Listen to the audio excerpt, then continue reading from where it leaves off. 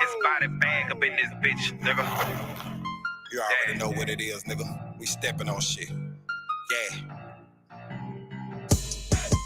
Body bag in this bitch for life.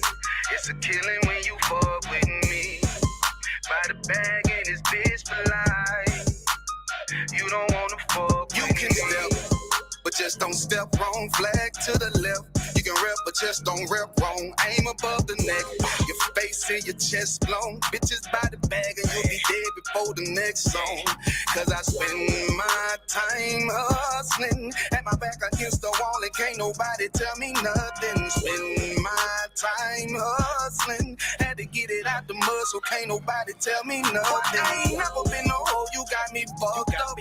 And I don't give a fuck, just know you got me fucked up. And I ain't never going broke, you got me fucked up. If you think I care about that hoe, you got me fucked up. Yeah, cause I spend my time hustling. Had to get it out the mud so can't nobody tell me nothing. Spend my time hustling. Had my back against the wall so can't nobody tell me nothing. Yeah. I'ma jump it out. So many bullets in the bitch, can't duck them all. The ambulance had to rush your boy. No scrap in his chest and it lap like an ugly bra. Don't get your bro involved. Understand that this protocol is all good to the corner call. Street cornered off, cause the man knocked down on the ground full of blood with his shoulders off. I demand respect, no peace for nothing less. If it disrespect, I disconnect the neck. No reconnect, the doctors know what best. Can't detect the vet that got him stretched. Mama crying, the baby mama stretched. The kids confused, they want the daddy back. The body abuser, close the casket back. When that nigga chop, you gotta live with that. I just spit the fancy, you can keep the rap. Better keep it rap, you gotta keep a scrap. And once the tap, your bitch can keep a cash. Shit, I'm done with that, but gotta run it back. Just spit the fancy, you can keep the rap. Better keep it rap, you gotta keep a scrap. And once the tap, your bitch can keep a cat. And that's a rap, so what you say to that? I ain't never been no hoe, you got me fucked up. And I don't give a fuck, just know you got me fucked up. And I ain't never going broke, you got me fucked up. If you think I care about that hoe, you got me fucked up. Yeah, cause I spend my time hustling. Had to get it out the mud so can't nobody tell me nothing. Spend my time hustling. At my back against the wall so can't nobody tell me nothing. Yeah.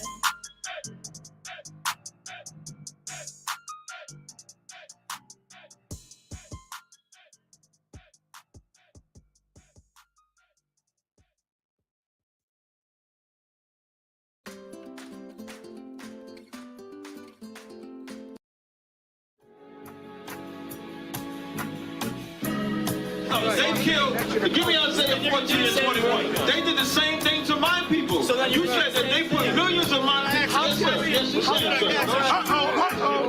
Should a murderer go to jail for murdering? Absolutely. Should a thief go to jail when he steals? Absolutely. Should a robber pay back the money he robbed? Absolutely. So why shouldn't the white man pay for what he did? That's right. One day you'll see just how it feels. Payback is a dog. It's a dog. Payback is a dog. It's a dog. Payback is a dog. It's a dog. Payback is a dog. It's a dog. I'm in a hell of a hole, was never expected to grow. This obstacle set in the road, that a result of me selling my soul. The story I'm telling is cold, but yet it's what everyone knows. The white man's the devil is known.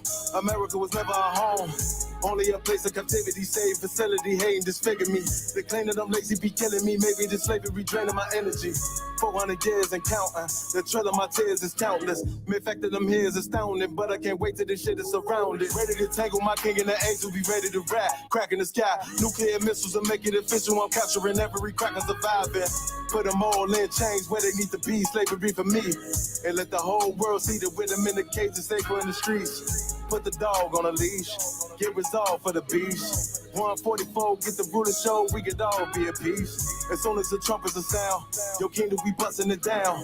The only way justice is found, the time for your judgment is now. One day you'll see just how it feels. Payback is a dog. It's a dog. Payback is a dog.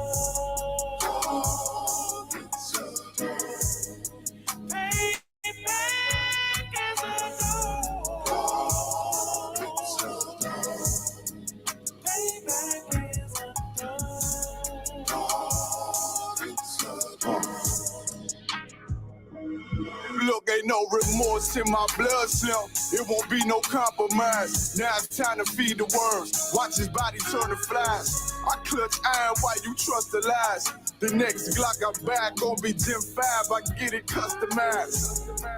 And sending shots off like farewell.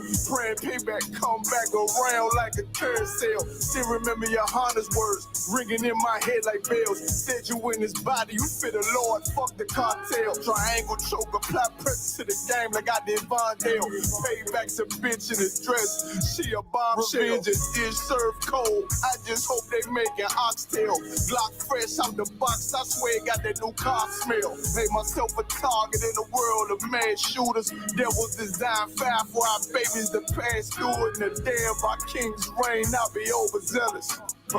They bought my jealous, I bought brand new pair of bellows. You'll see just how it feels. Payback is a dog. It's a dog.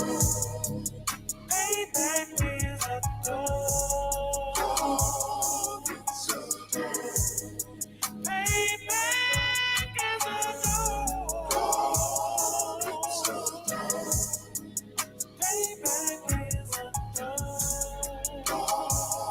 It's a dog.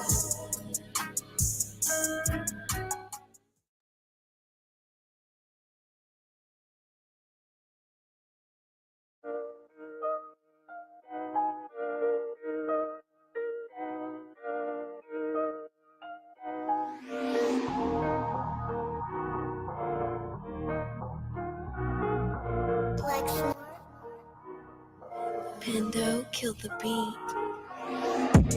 I don't know who somebody need to hear this. Y'all don't speak Hebrew, that's Yiddish.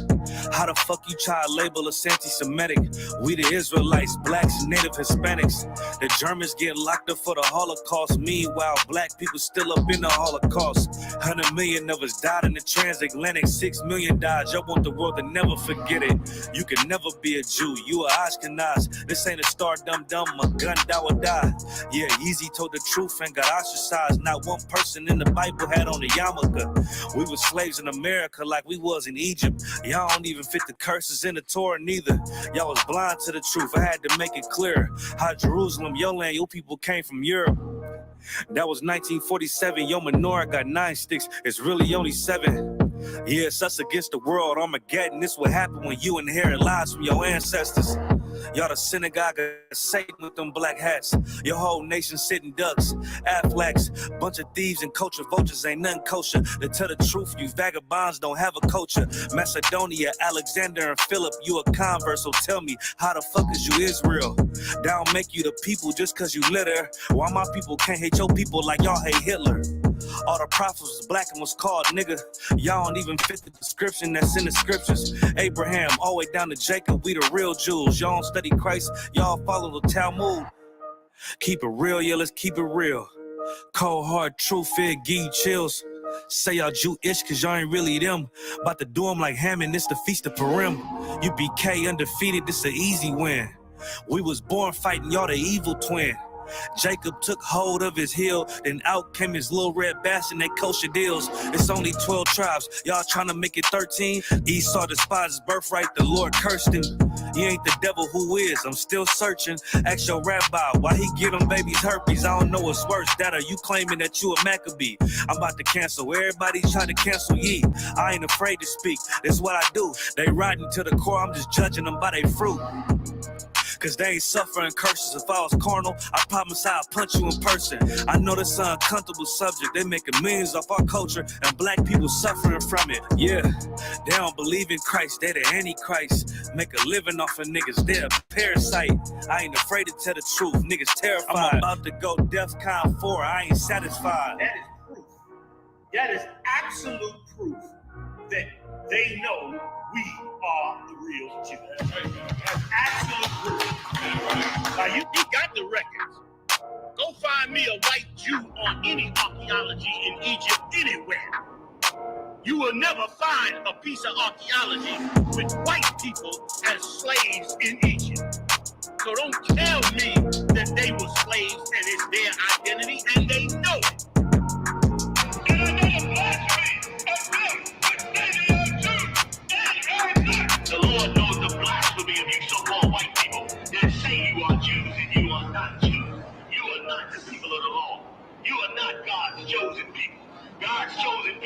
in the ghettos of America. God's chosen people are in poverty and depression in the streets of America. God's chosen people are walking around in America with no identity. That's where God's chosen people are. Yo, Hey, Shalom, Most High Christ. Shalom, Lord of Christ. What's the word, Hebrew? Ain't nothing much, man. You know, you see the title. You see the title, man. We got hurt some feelings today. Hold up. Wait a minute. No, I don't see the title. Hold up. Wait. Oh, wait. Bruh. There's something wrong. He said there's something wrong. And you don't see the title, but I'm gonna tell it to you. Right. And how you fix it? Come on. Fix it? Nah, I said, can you fix it or no?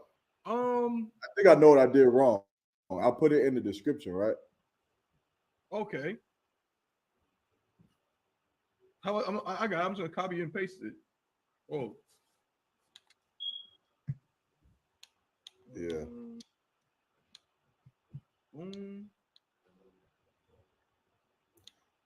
Yo, I think we gotta play that China Monet song too. Okay. Sometime throughout this show. Cause I gotta listen to it. All right. Are you going to start off with that? Or you want to set up a... I mean, I guess we could get it out the way, you know, to get into the mode heavy. I'll go ahead and load it up. Yeah. Let's play that. Shout out to everybody tuning in. Hold on. I think I got save changes. This should be good now. Yeah, no, it's up there now. All right. Most High in Christ, man. Chain Breakers Podcast. Yeah. Yes, sir. Brought to you by the ISUPK, the Israelite School of Universal Practical Knowledge. Started out of 1 West, 125th Street, Harlem, New York, under Commander General Yohana. You understand? Teaching the truth according to the Bible since 1969. Okay. You are tuned in to the Chain Breakers Podcast, one of many podcasts and shows that we have in the ISUPK. On this show, we are trying to break the chains of oppression off the minds of our people. The physical chains, they took off the shackles some 200 or so years ago. Actually, no, it actually has. That's crazy to think about. It has not been 200 years since slavery ended. Right. That's a very crazy thing to think about, but it's true. It hasn't been 200 years, but close to 200 years since the physical chains were taken off. People think that they're free, but of course, that could not be further from the truth. We are still in captivity, still in slavery, except now the chains have been put on our minds. Mental chains of oppression, and they are worse than the physical chains. You understand? And there's one word we could use to describe the mental chains of oppression. It is Christianity. Yeah. It's like a dirty word. Every time I say it, I get like pause. Like I almost want to kind of throw up, you know, something. Yeah, Christianity, it's a sickness. Like as a matter of fact, hold on. Let me go ahead and go live here. Lock it to the Instagram. Y'all missed the tremendous. Hold on intro. 1 second, bro. Hold on 1 second.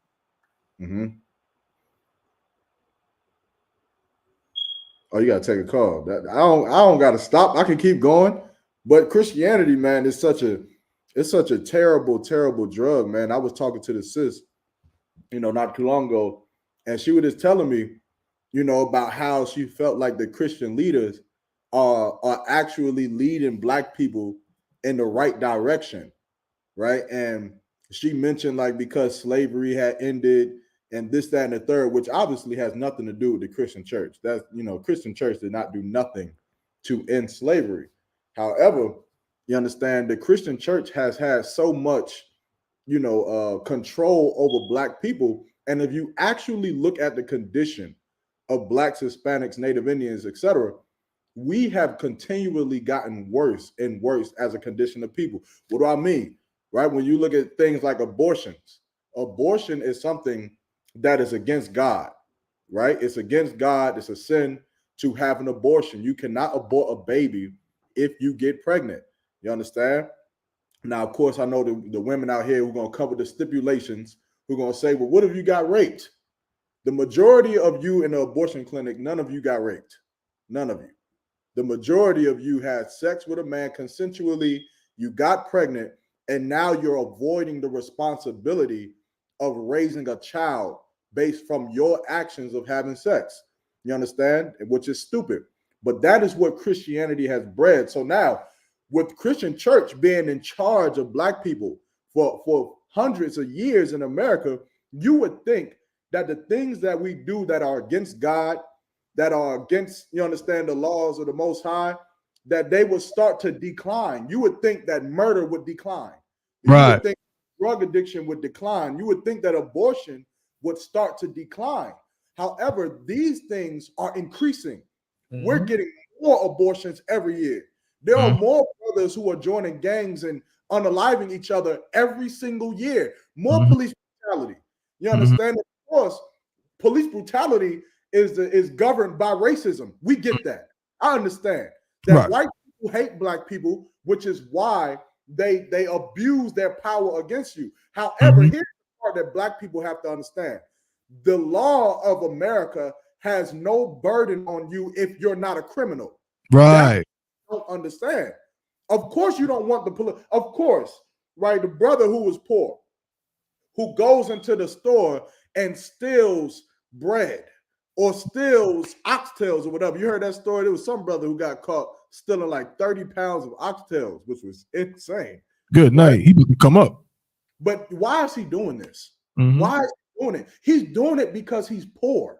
Because if he had Diddy money, does Diddy have to steal oxtails? No. Nah. Diddy could buy the whole store.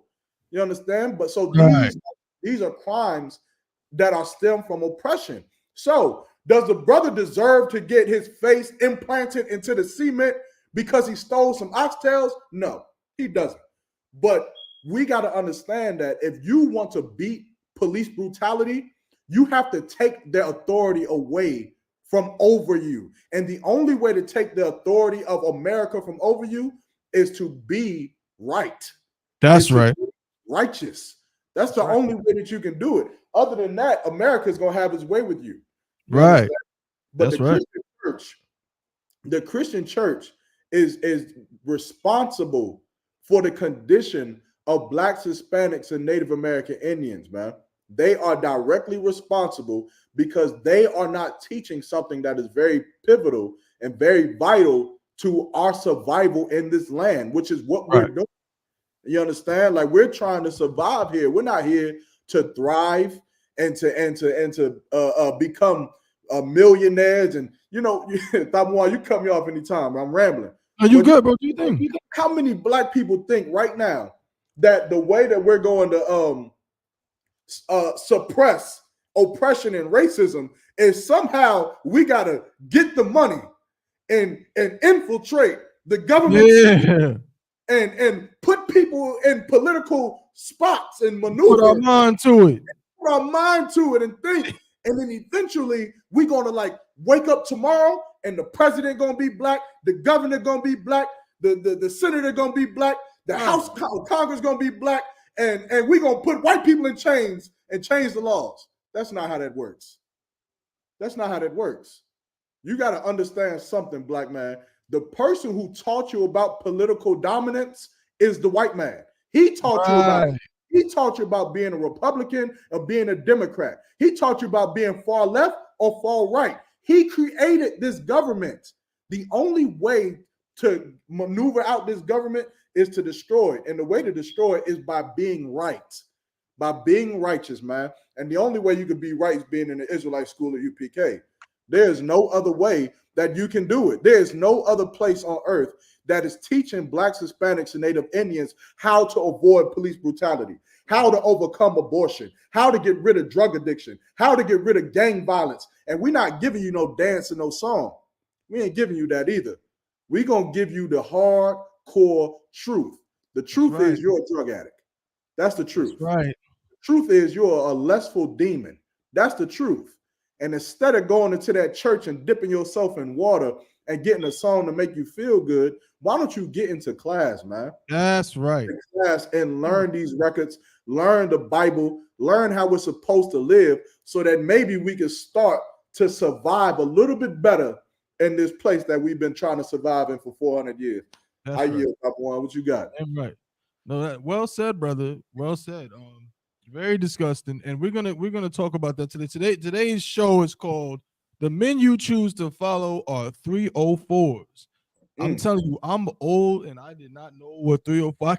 I've been seeing people say that for like a year now, like a while, and I kept seeing them like, what does that mean? It seemed it was obvious it was some kind of derogatory term. But I didn't know what it was. Y'all might gotta just tell me what it was, and I thought it was an appropriate title for today because we're going to talk about basically false leaders. You know what I'm saying? And a lot of people, y'all mock, they think that they don't really have leaders.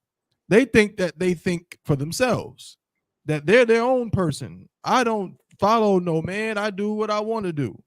Well, that's a lie. Let me keep it just straight up funky. Go ahead, y'all mock. You good. I'll talk to the brother. You good. Oh, Salakia. Yeah, that's a lie. Okay. Everybody follows something. And everybody adheres to something. All right. Even if you're doing what you think is what you want to do, there's somebody you follow, and you better believe it or not. You understand? Right. You gonna follow the Most High, or you gonna follow Satan? So if you want to do, if God says don't eat pork, crab, shrimp, and lobster, and you say, well, I'm gonna do what I want to do. I'm gonna go eat pork. No, then you're doing what Satan wants you to do. That's it.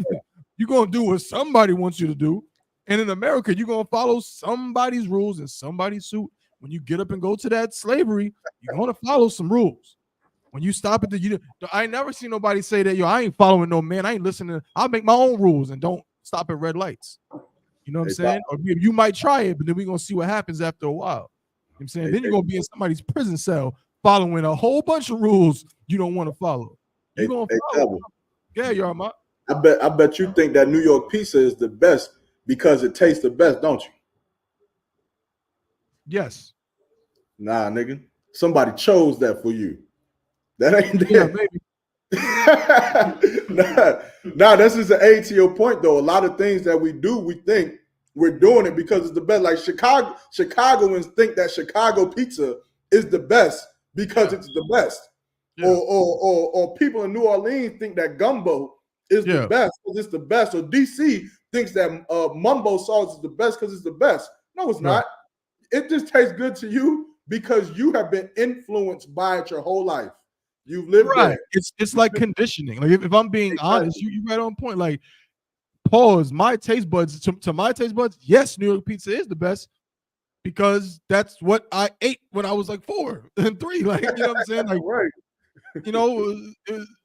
and also to your point. Let's not forget, as a young kid, when I was a young kid coming up in New York in the 90s, what was one of the illest cartoons and joints out? The Ninja Turtles. And what did the Ninja Turtles eat? Pizza.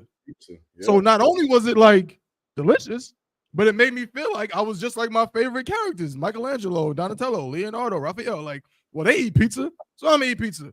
You know what I mean? And they were from New York, and they ate New York pizza. So you put all of those together, and I'm now conditioned to look at New York pizza like it is the best, which it is, but that's a topic for another day. You understand? I agree. The point is still made that I can admit that I'm conditioned to like certain things. All these things are learned behavior. I think scientists say there's only like 2 things that human beings do that is not learned behavior. I think that's like blink and breathe, or something to that effect, right? Yeah, it's involuntary. Yeah, those are involuntary. You're gonna do that, period. You know what I'm saying? But just about everything else, how you speak, how you walk, you know what I'm saying? Just your certain movements of your body, your ideologies and so on are informed. You know what I mean? You learn them over time. The sister said, what are 304s? Would you like to explain that, Yarma? Who said that? The sister Anaya King. 304s is, I guess, it's the slang terminology for a hoe. Right? So the title is that your leaders are hoes. You understand? So I guess, if you go on social media and you know how some sisters they be prostituting and whatnot. Like they won't put I'm a hoe. They'll just put the number 304, and that's how you'll know that they're a hoe. Yeah. Right? Which should be on every Christian church's like doorstep. It should be 304 right up there. So Right. that's I all. think it's like a like not alliteration, but it's like the way the letters combine, it's like backwards. But if you look at it like backwards, I think it kind of looks like the word. Hoe. Right. Yeah. 3 looks like E, 0 looks like a O, and so on. It's almost like C7AY. I was about to say, yeah, in grade school, we used to type C7AY in the calculator and hand it to somebody because if you type it in, it look it's gay. That's pretty much what it looked like. So that's all that is. Great question. Yeah, count. Damn right. Most High in Christ. But yeah, so shout out to everybody tuning in, man. Quick roll call. Shout out to Officer Maya Shaw. Shout out to the sister Anaya King. Shalom. Shout out to Officer Yanazar. What's going on? Shout out to Young Man Fresh. Shout out to the sister Yapara. Now, oh, she said, happy anniversary. I'm my 4 years down. Isn't it wonderful? Most High in Christ, my brother. Congratulations. Damn right. We got the sister Shardina. Salaki, if I'm pronouncing your name wrong, sis. Shardina in the house. Right? Chardonnay. Chardonnay? Is it Chardonnay? Yeah. Chardonnay. Salakia, pardon me. The water, bro. Chardonnay, Salakia. We got the sister, is it Odesha? Salakia? Odesha? Odesha. Yo, bro, I'm terrible with names, bro. Nah, bro, you've been doing the Hebrew names for so long. Right. It's fucking with you. We got Nadiyab in the house. Officer rocking out. Shalom, Nadiyab. Officer rocking out. Shalom, Adawan. I'm saying I got my head covered, so I can't get a salute. Say Shalom, Lord of Christ. Hawan in the building. Truba Hawan. Shalom, Lord of Christ. Young man Shep. Young man David. Eastern Carolina representing. I'm telling you, bro, this guy Yarmouth, bro. This guy, man. I'll never forget when this brother told me something about opening the school in Eastern Carolina, bro. You know what I'm saying? I'm a priest and prophet of the Lord, but I damn near laughed right in this brother's face. I said, brother, what the hell are you talking about? Like, what are you saying to me? You know what I'm saying? I'm like, he said something on Goldsboro. I said, what the hell is that? What is that even? The next thing I know, he got a school and you know what I mean? Doing their thing down there. Shout out to the ISUPK Eastern Carolina, man. I've actually been invited. I've been down there, man. Held a Lashwan Kadash class. The class was very receptive. You know what I'm saying? Very much willing to learn. You know what I'm saying? So shout out to everybody down there, man. Y'all doing your thing, man. Appreciate y'all. But we also got Instagram going. I just want to say shout out Makawa. Shout out young man Jawan. Right, new young man out here, used to play football with me at Barton. His brother hit me up, so he in the live, Most High in Christ. And shout out young man Juwan. You said what? Oh yeah, Con. And sister Jocelyn. So shout out to everybody on the Instagram. Shout out to Sister Jocelyn. Yeah, Most High in Christ, man. All right, we gonna get right into it, man. You got that song loaded up? I got it. I did want to say please, if I could, just real quick too on the racism thing, right? Because I feel like a lot of people who are obviously stupid, they try to teach that like racism is over or it's on a decline, rather. And my question to people who believe like because we're not getting hung on trees and well, that's to be determined.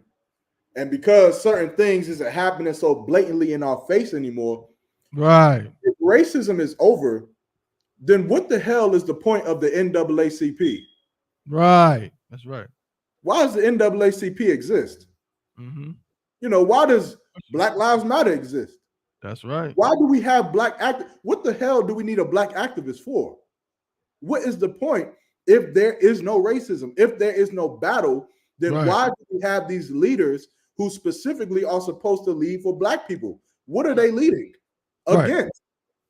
That's just a question that really it begs my mind that for those people who say, we're just angry black men, we're just mad at the world and because we don't have no jobs and whatever they try to say.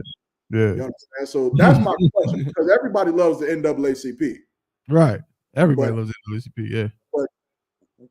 What is the point of the National Association For for the advancement advancement of of colored people? What Yeah. advancement do we need? Aren't we all equal? Right. That's a I good point. thought that we didn't see no color. Mm-hmm.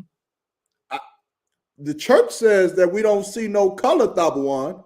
That's what they say. All men are created equally. Mhm. So why do we have an advancement for colored people? Who's the colored people? I don't Right. know. I didn't want to get all the way into it, Pauls. I just wanted to throw that question out there because it sounds like we have a conundrum here. We do. Sounds like it. But Yeah. It says NAACP leading the fight to end racial inequality. I thought it ended. They're still active. They still have a Twitter. I see their Twitter account. I see all their social media. You know what I mean? They got videos that they just put out. They still have the NAACP Image Awards. Like that still exists. So yeah, you're right, brother. That's a valid question. Okay. Well, no sweat. Well, then don't ask us why we out on the street corners teaching no more. That's right. If you're gonna ask us why we're doing what we're doing, then go ask the NAACP why they're doing what they do. That's right. Ask them that. You Damn right. understand? I just wanted to throw it out there. We can move on. Come, Most High in Christ, the water, bro. Well, y'all Mock is about to play a video. You know what I'm saying, from this sister, man. We want to know what y'all think, man, because this sister actually, this song kind of went, viral or whatever. You know what I mean? It was, the algorithm had us, a lot of people tuning in and had a lot of comments on it, and people, it was kind of divisive. Some people was, messing with it. Some people a lot of sisters wasn't feeling it. You know what I mean? They had little things to say. I ain't gonna say they wasn't feeling it, but they had some things to say. So we're gonna listen to this song from China Monet called "Submissive." This sister will be performing this song at the annual All Black Party brought to you by the ISUPK under Commanding General Yohana, which is going down April 18th at the Durham Armory in Durham, North Carolina. You understand? The Durham Armory, Durham Armory, the famous, that famous picture that black people have on the wall with all those people in the club, you know what I'm saying, from like the 40s, and they all dancing, and it was on the cover of Marvin Gaye's album, and it was also on the cover of Camp Lowe's album from 1994. Yeah, there you go, right there. The name of the painting is the Sugar Shack. Come on, that's the name of this painting. And in fact, does anybody, here's some trivia. If anybody can answer this for me, you know what I'm saying? I can't give you nothing. You know what I'm saying? I would say Yaramaki, but I can't be giving away his merch. But I got some trivia. You can do it, Thabo. You got it. Does anybody know? Hold on, Thabo. Hold on. You can do it, Thabo, bro. I give you permission, man. You give away a t-shirt. Okay. Whoever gets it first in the comments, and you got to monitor Instagram and all of that. So this sister is that we're about to see perform her song will be performing her song in the location that this painting represents. Okay, y'all gotta have some integrity and be honest. You know what I'm saying? Like, if you use Google, man, that's kind of messed up, but I can't see you. But my question is this: who can tell me what famous black person currently owns the original painting? The famous black person who currently owns the original painting of the Sugar Shack. This painting you see right behind Yaramok. If someone can tell me what famous person owns the original painting, you will get a free Javelin t-shirt. Play the song, brother. That's a good question. That's a good question. Now, if they have integrity, they ain't gonna Google it. If you need a hint, I might be able to give out some hints. I'll tell you that this is a famous black person. I said that. Okay. And I will also say that this person is a very, very famous movie star. And they are the owner of the original painting. Denzel Washington. I was just about to say that. You know what? Before we even play the video, Yanazar got it. You get a free job. Yanazar, let's put it on the screen, man. It's Eddie Murphy. Eddie Murphy actually bought the painting. Hold on, let's see how much he bought it for. Hold up. Damn, man. Should have known. When he bought it, he paid 50 grand for the painting. He explained to him that the painting, which, hold up. Yup. He owns the real one. But there was a replica dollars. Eddie Murphy owns the real one. But at some point, there was a replica that was made. It might have been made by the original painter. I forgot his name. I got to get his name. Who was from Durham, North Carolina. But the replica of the Sugar Shack sold for $15.3 million. Damn. Good night. And that's what we're going to be partying at on April 18th at the All Black Party. Why would you, if you black, how you going to not? This is like almost like a meta universe thing. We're going to be in the painting that we all looked at as children. Now we're going to be up in there. So you got to come to the All Black Party. And this is going to be performing this song at the All Black Party. So go ahead and play it, bro. Let's get it.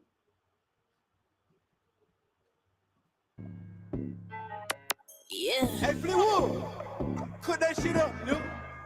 All you bitches keep starting shit, but can't keep a motherfucking man. Bitch, all you bitches kept and say you don't need a man. Leave it when he building, but you need a plan.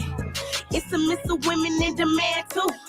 I'm nothing like that drama you put your man through. I say I cook, I clean, I fuck, I shut up. I cook, I clean, I fuck, I shut up. I cook, I clean, I fuck, I shut up. Submissive women in demand too.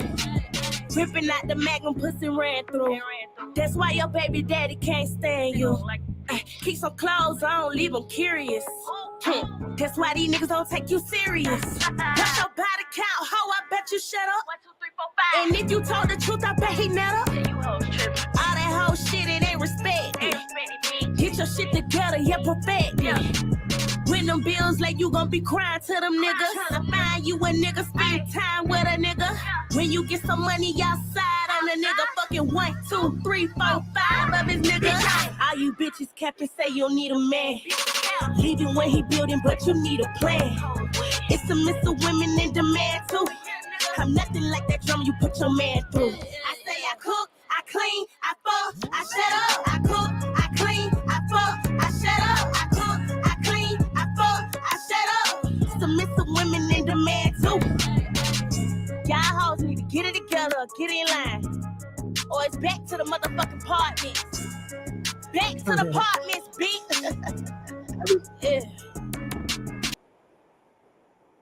Why she talking like Hawan? Say what? Why she talk like Hawan? Bruh, come on, dogs. That nigga Hawan be like, to the apartment, to the Yo, Most High in Christ, man. Shout out to China Monet, man. Good work, sis. She gonna be performing amongst a slew of other performers at the All Black Party.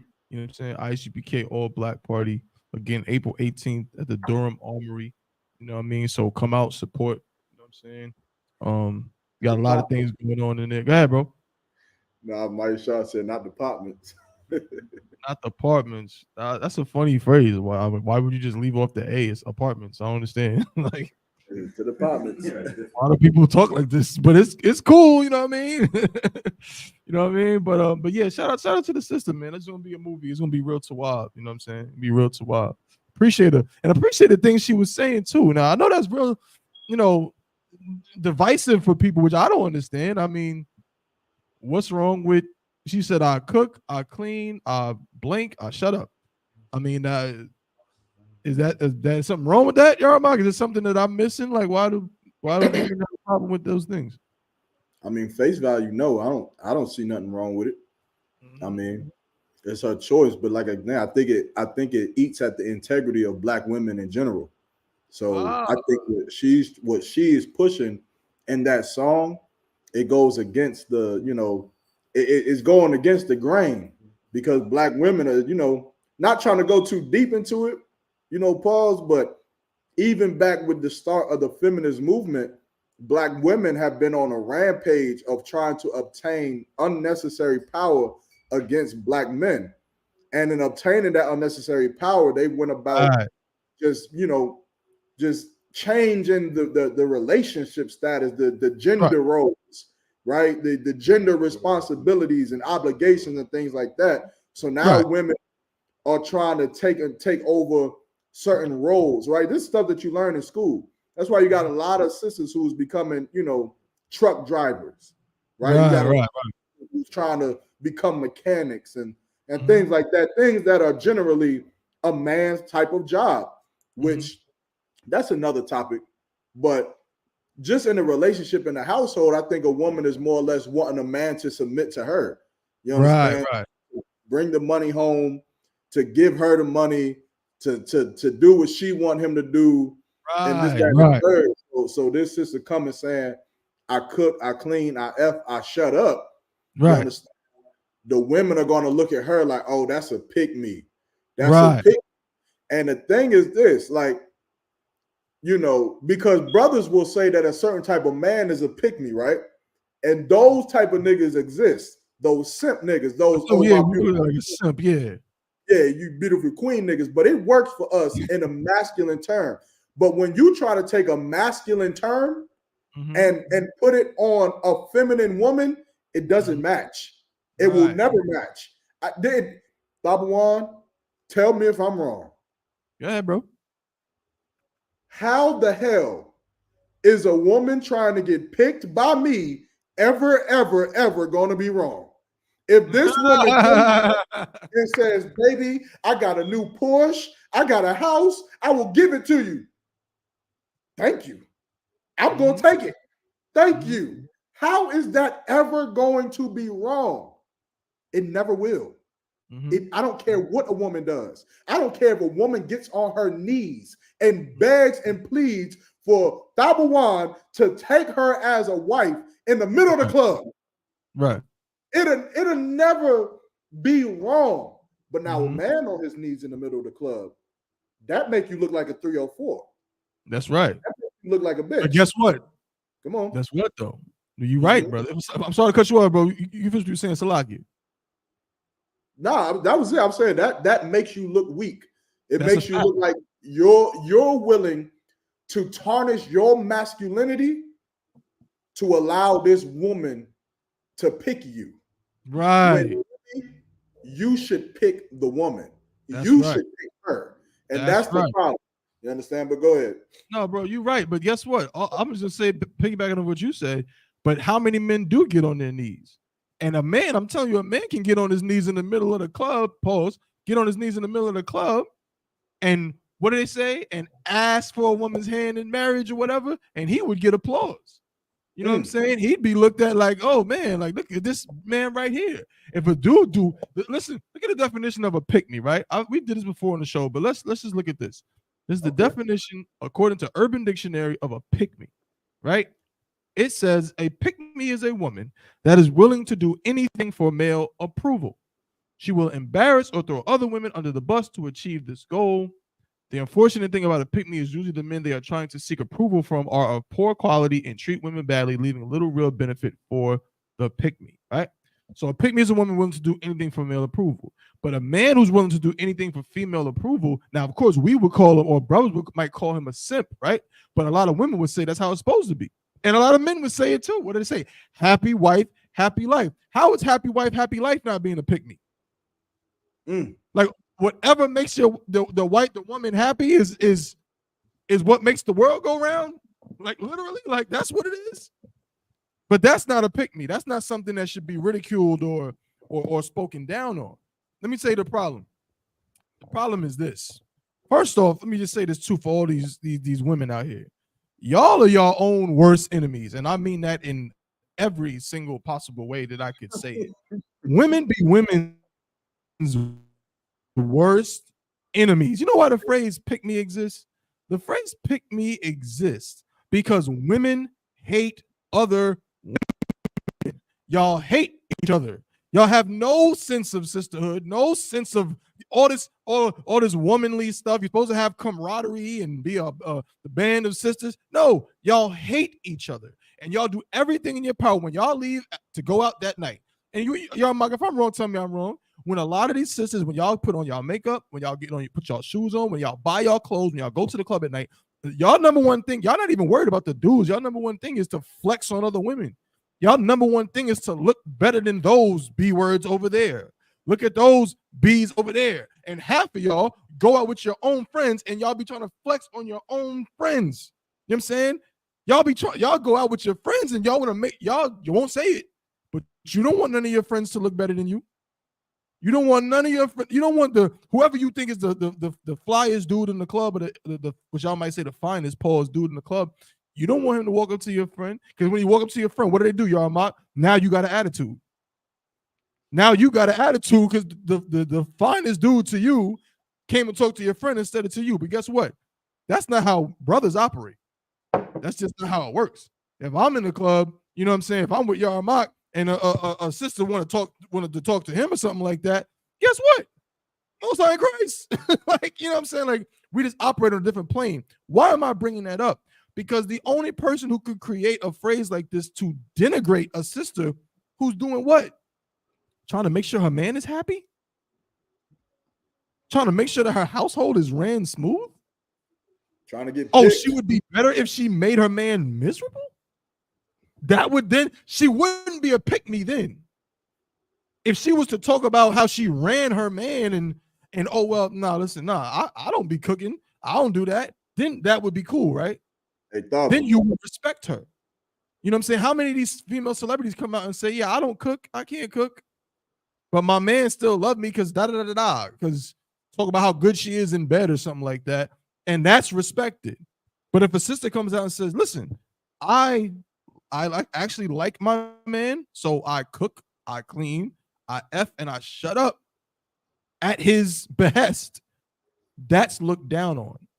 That's because you B words, you 304s are lonely, angry. What is the other word I like to use, y'all, Mark? Y'all Bitter. have, yeah, bro? Bitter. Bitter's a good one, but there's another word, miserable. Miserable, yeah, that's the word. Ooh, that's it. A lot of women are miserable people. Before we even get to your look, anything about you as your character, you are a lot of sisters, unfortunately, for whatever circumstances. And again, I'm not excusing things that might have happened in your past, dudes that might have lied to you, trauma from your childhood. We all have gone through a lot of things, but I'm not excusing dudes that do the wrong thing either. I'm not excusing that. Right now, I'm just dealing with the sisters in relation to this song and people calling a sister a pick-me. Like, yo, you're just miserable. And misery loves company. So how dare this sister have a good life because she's shutting up? Because she takes care of her man. Because she listens. How dare her? No. I want her to be miserable like me. So I want her to fight everybody and scream all the time and have a horrible attitude and be mean and then go on the internet and be like, oh, if you can't handle my attitude, you know what I'm saying? Now you would respect her then. Because that's what y'all respect with all these celebrities. And I'm gonna land my plane on this, but look at the celebrities you respect. You respect how many women divorce their husbands or leave a man over something as trivial as him dealing with another woman or whatever the case may be, and y'all applaud it. If Cardi B leaves Offset, congratulations, sis.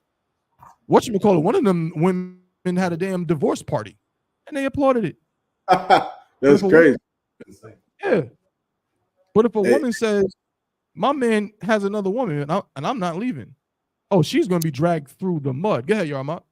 Now, I was about to say, because you made a couple heavy points, but one that I would like to respond to if I could is,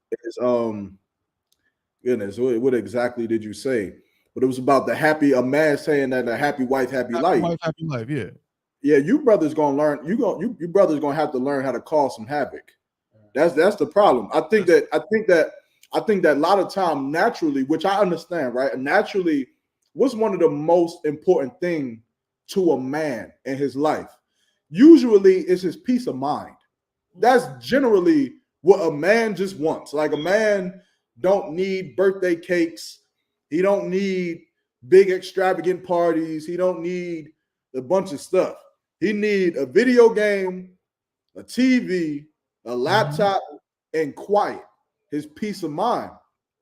And I think a lot of time we get stuck in this sunken place of wanting to have a peace of mind so much that we'll allow people to trample over us. We'll allow our woman to berate us and to disrupt our peace of mind without giving her any conflict, because we are this. It's like we're getting beat up, we're getting punched, and all we're doing is saying, well, if I punch back, then I'm not speaking literally, so don't take this literally.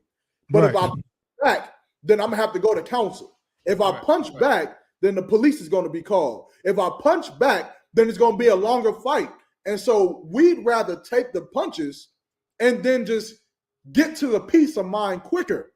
That will never work in your life. That will never work. That's not how life works. That's not how a man should react. If a man has an enemy, and here's the problem. A lot of you women, a lot of you brothers think that the woman you're laying with is a wife when that is actually your enemy. She's actually against you. And you have to fight that enemy. You have to.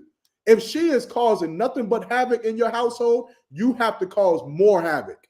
You have to make her uncomfortable. You have to make her feel like she can't stay in the house anymore. And guess what? If she's your enemy, she'll fight you and then she'll leave. But if she's your, then she will let you, she would get underneath your foot and she would stay there. She would stay there and she would make you happy because she's not your enemy. But an enemy, you have to fight. I don't give a damn what you're talking about. If a man comes into the house right now and tries to unalive your family, what are you going to do?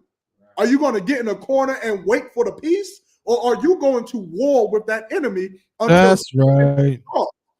your wife is no different. Those children are no different. If those children cause havoc, I'm causing more. That's I'm causing more havoc in their life. If they want to cause problems, I'm giving them more problems. And if they want to be obedient, then I'll show them obedience and discipline and loyalty and good things. But the point is that as a man, you set the tone for your house. You set the tone. Happy man, happy every goddamn thing in the world. That's right. That's how this life works. You understand that nonsense? Happy wife, happy life. Happy wife, and she gonna be happy her ass down to some club making another man happy while you at home happy because you got your little peace of mind in your video game like stupid sucker. That's right. Cause havoc in that life. Cause havoc in that life. Choose the pick-me's. Choose them. Go get them. That's right. Like if you ever watch Family Matters, if you old like me, we used to watch Family Matters back in the 90s, man. And that girl Myra, she loved Steve Urkel. Boy, did she love Steve Urkel. But Steve Urkel, see, he had a pick-me that was trying to get him to pick her. But instead, he wanted to be a simp for Laura.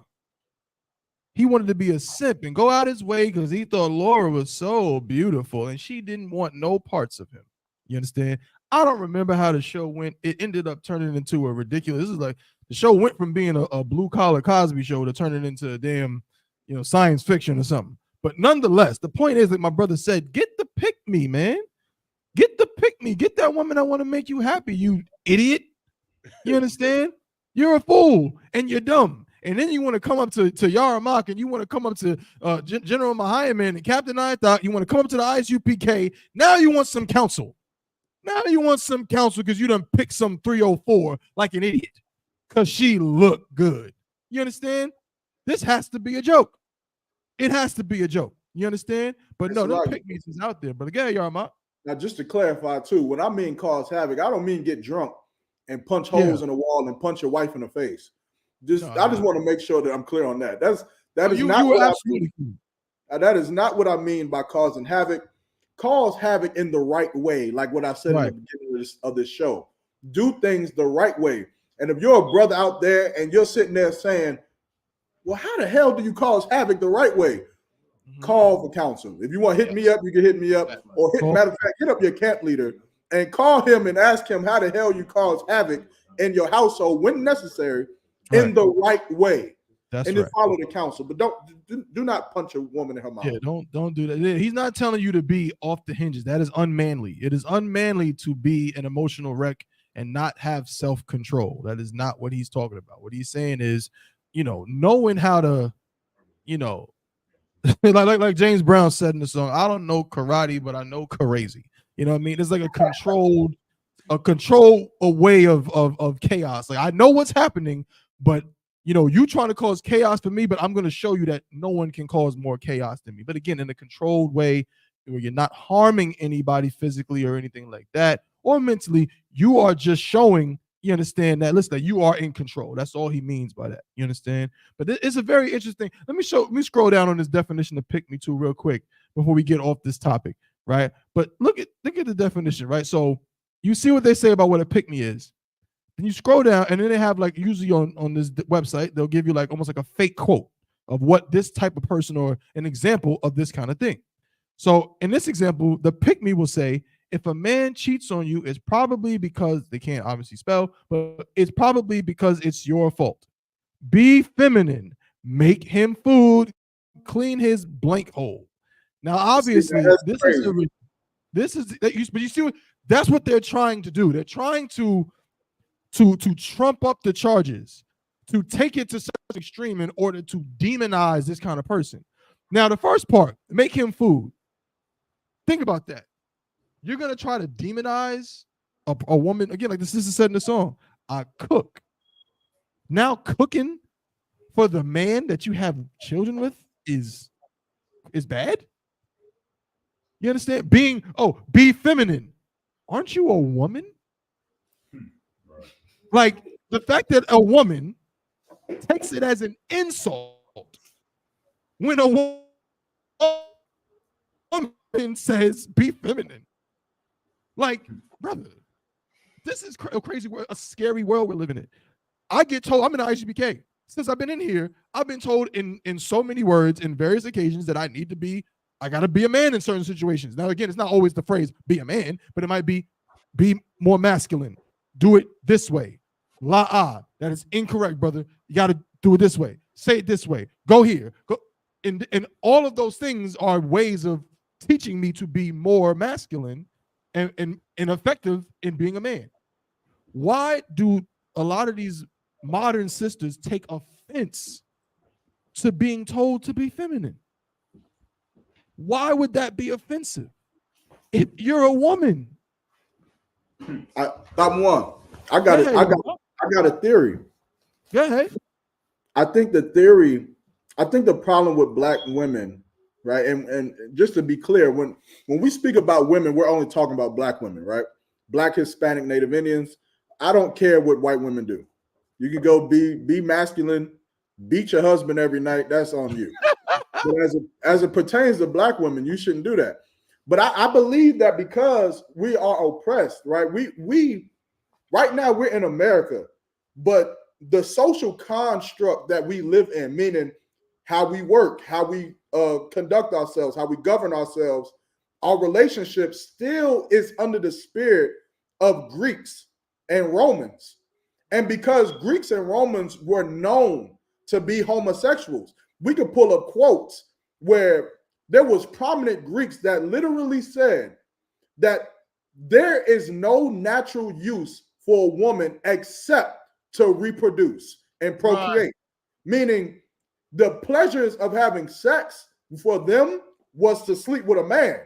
But if you had to have children, God forbid, then you had to go get one of them women and do it with them just to have children. As a matter of fact, they forced Alexander the Greek, right, otherwise known as the Great, they forced him to sleep with a woman so that his lineage could continue. Otherwise, he would have just slept with men his whole life, and that would have just been that. So now, what's my point with that? My point is that we have been ruled and conquered by people who absolutely hate women, which is why you have misogyny, the terminology of misogyny. And what's that other term I was thinking of? It's a type of rulership where men rule and women patriarchy. Patriarchy. You have this sort of patriarchy where women just next to nothing, just slaves. And they were treated this way because white men don't like women. They don't like them. You understand? And so years go on, and now we're having, you understand, we're forcing laws. Like, understand this. The woman's right to vote was not just for black women. It was not black women's right to vote. It was women. You know why? Because white men don't like women. They don't love women. And so now our sisters are now caught into this social construct, and our brothers are caught into this social construct. So how we raise our family, we raise it in the spirit of how the Greeks taught us to do it. We're raising our women in the spirit of how the Greeks taught us to do it. We're putting our hands on our women. You understand? We're beating them, smacking them upside the head. Why? Because white men taught us to be this way. They taught us, if you want to put that woman in check, you have to beat her. Why? He does not love her. He can put bruises on her face, put bruises on her body. Why? Because he's going to go sleep with a man. He's going to go do that to a man. So her image doesn't matter. And so over the years and years goes on. And now women are starting to gain this social freedom, this power. Black women, our sisters, are joining themselves to the feminist movement. Why? Because white women are tired of getting beat. They're tired of getting beat. They're tired of being abused and misused and mistreated and raped by their husbands. And so now they're going to use black women, who are the greatest black women on the face of the planet Earth, to fuel their movement so that they can be free from the oppression of men that hate them. And as they're doing this, black women are now that we've passed civil rights and we passed the feminist movement since the start, and now women can vote and we have equal rights and equal opportunities. Now, when a sister comes out and says, I cook, I clean, I shut up, their mind automatically goes back to where women were being abused, where women were taken to dirt, where women was being raped and couldn't get a job and couldn't go to McDonald's and get a burger if they wanted to, where that treatment that women got was wrong. That is not how a man is supposed to treat his wife. That is not how the relationship is supposed to go. A woman is not supposed to be your slave because she is not a slave. She is the daughter of Sarah.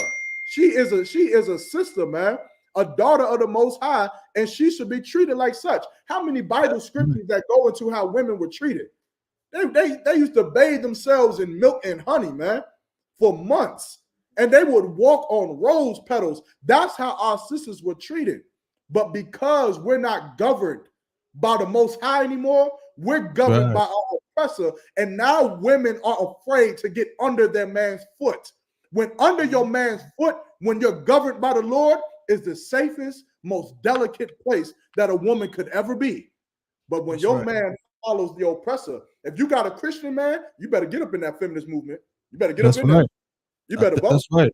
If I could, brother, what you bringing out, Salaki, but what you brought out just now, you hit so many heavy points. And if I could, I just want to piggyback on what you're saying, because it's right on time. And I think a lot of our sisters can identify with this. And I think this, kind of builds off that theory you talking about.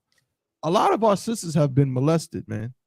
A lot of our sisters have been molested and, like you said, abused, tormented, harmed by the men in their lives that were supposed to be the source of stability. A lot of sisters got molested by their own fathers, their uncles, their grandfathers. You know what I'm saying? Some friend of the family, some cousin, or some, or just some nasty, bastard that their family then probably forced them to sit next to at Thanksgiving dinner, which is a disgusting lie, and just completely undermines our families anyway.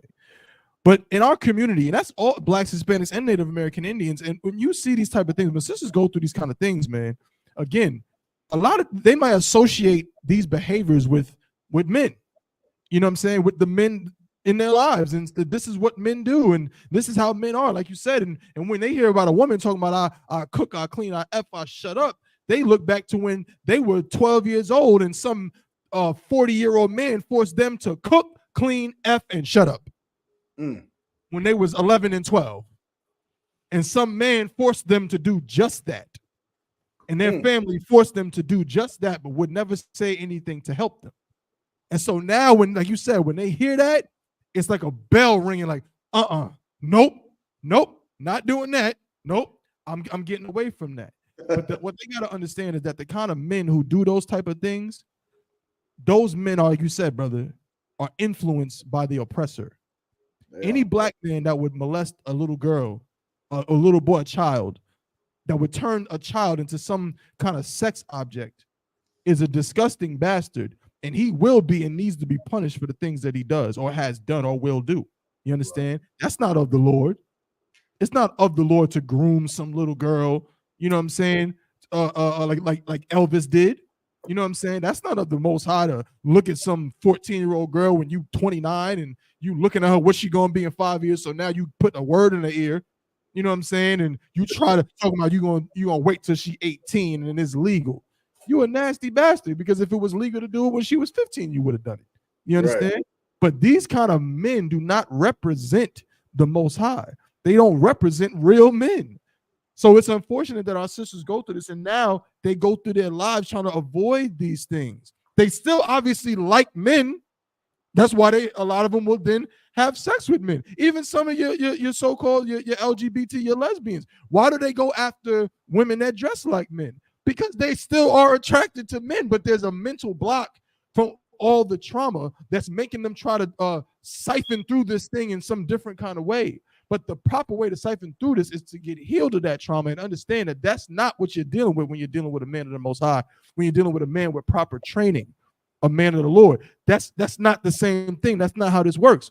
All that trauma goes away. You understand? So you don't have to look at, if you cook, clean, F, and shut up for Officer Yarmak, that ain't the same as what you was doing when you was 10 and 11 years old. That ain't the same thing that you were forced to do by some, I don't want to use the wrong word, we get clipped, by some man that's abusing you. That's not the same thing. You understand? To go out of your way to build a brother up and to support this brother who is a man of God. You understand? Who is a righteous man. You know what I'm saying? Maybe some sisters, they might find themselves in a situation where they with a man who's not in the school. But guess what? If you are in the school, sister, you still treat that man with respect and you treat him properly.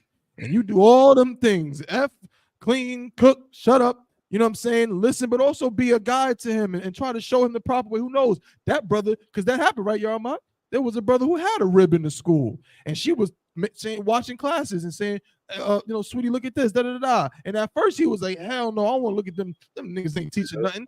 They ain't doing nothing. Da-da-da-da. I'm my own man, da-da-da. Next thing you know, that brother, he finally came to class. And lo and behold, if I'm not mistaken, that brother's an officer in the ISBK right now.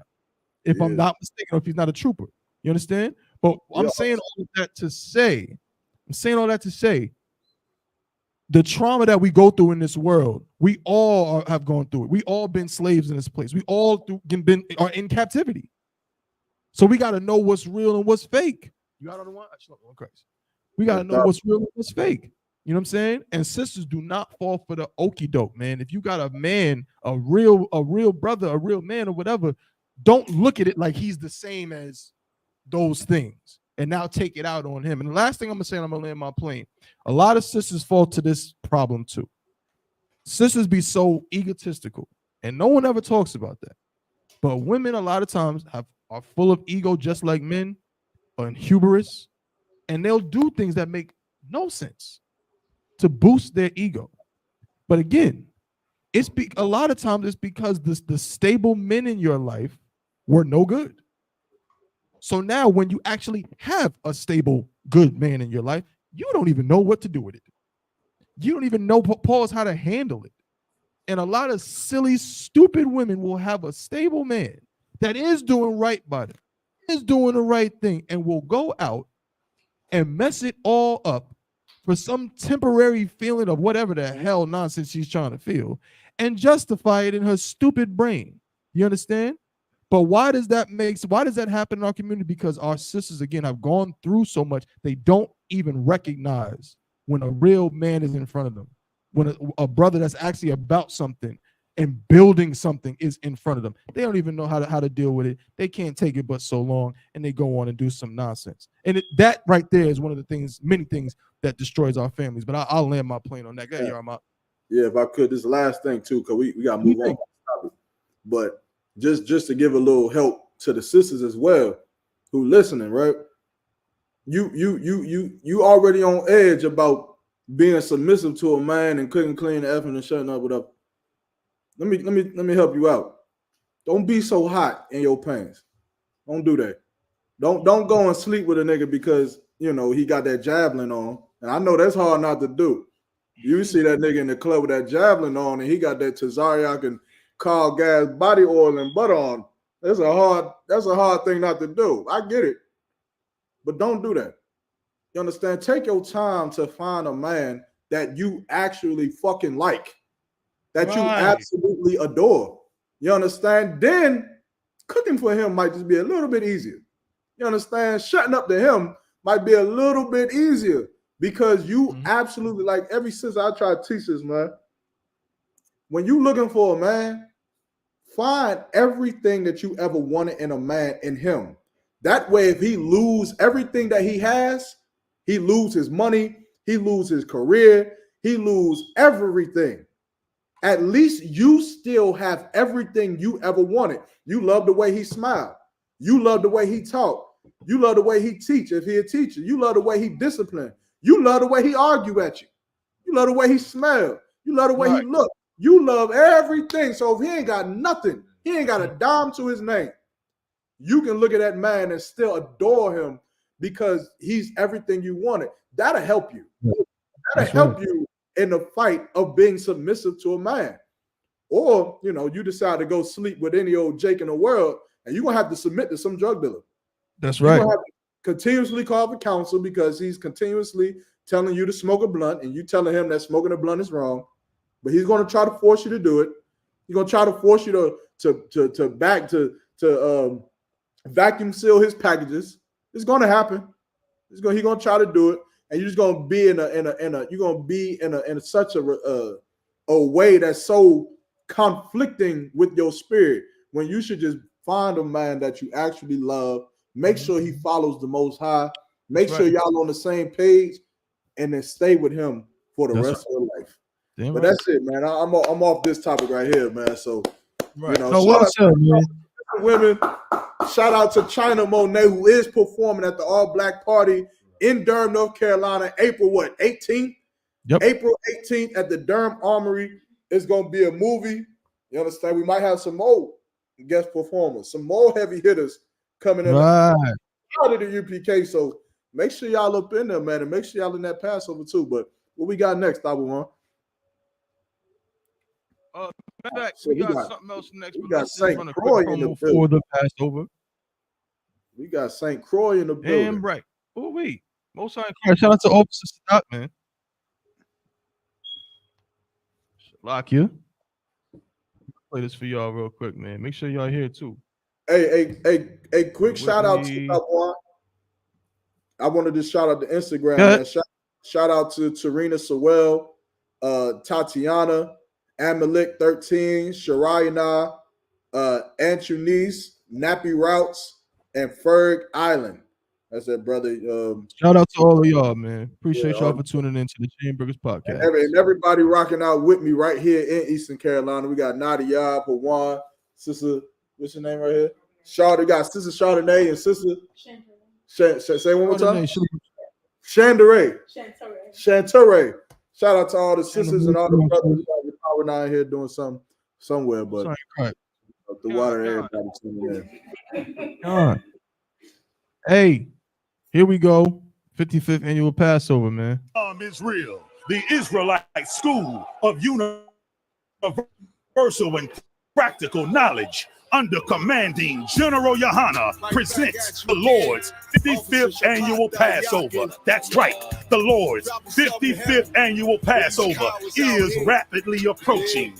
Commanding General Yohana is calling for all blacks, Hispanics, and Native Americans to remember what the Lord did for us by saving us from our oppressors and choosing us to be a special people unto him. The real Jews and Israelites. Passover will be held in Durham, North Carolina. Pay your Passover fee. Anyone 17 years of age or older must pay $200. Come and enjoy fresh lamb, unleavened bread, and the Spirit of Christ.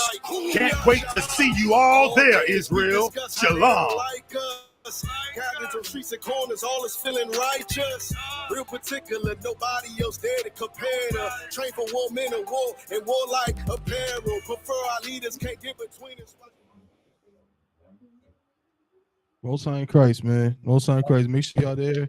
55th annual Passover is going down right here, Durham, North Carolina. We got a whole bunch of events. Got the all black party.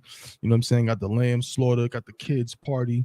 You know what I mean? We got that hotel basically locked down. You know what I'm saying? If I'm not mistaken, I believe, you know what I mean? We're going to be on the courtyard too, brother, man. I'm telling you, it's going to be Tawab, man. I don't want to speak too soon, but I'm pretty sure we got that, that courtyard locked down for that time while we in that hotel. So you're going to see the kids out there. All of that. We're going to be on the roof. I'm everywhere. I'm going to be on the roof. We're going to be in the storage. We're gonna be on the courtyard. We got the pool, the jacuzzi. We got the Players Lounge. It's really called the Varsity Lounge, but I'm changing the name while we're there. It's called the Players Lounge. You understand? The full service in the hotel. In the hotel. I know this. Are you talking about the bar park? There's like a little bar area right there. That's there's a bar. There's a bar, but then you got the Players Lounge. It's supposed to be called Varsity Lounge, but it's called Players Lounge now. It can be called Varsity Lounge when we leave, but we ain't into that high school. We grown. It's Players Lounge now. You feel me? Right. Let me see. Macabre. He said something about you, bro. St. Croix said, be ready for that black party. Show up and show. Hey, I know that's Sadak. Sadak is ready. Sadak is about to show up. I don't know, man. He about to show up looking like $1 million. It's gonna be something crazy, bro. Yo, Sadat, when it comes, nobody shows out the all black party like Sadat. You know what I'm saying? He gonna come through with something crazy that's fly. Hey, come on now. I was there too last year. I was gonna say no. You did. The fur was crazy. I know you was hot. Pause. Nah, I know you was hot in that. It wasn't. Nah, I could control my body temperature from the inside. Okay, Most High in Christ. The water, brother. Yeah, but I know you was hot in that fur. You know what I'm saying? But nonetheless, it was Tawab, you know what I'm saying? And y'all did y'all thing, man. But he said you saw the trend, bro? And remember this too. There ain't no temperature on TV.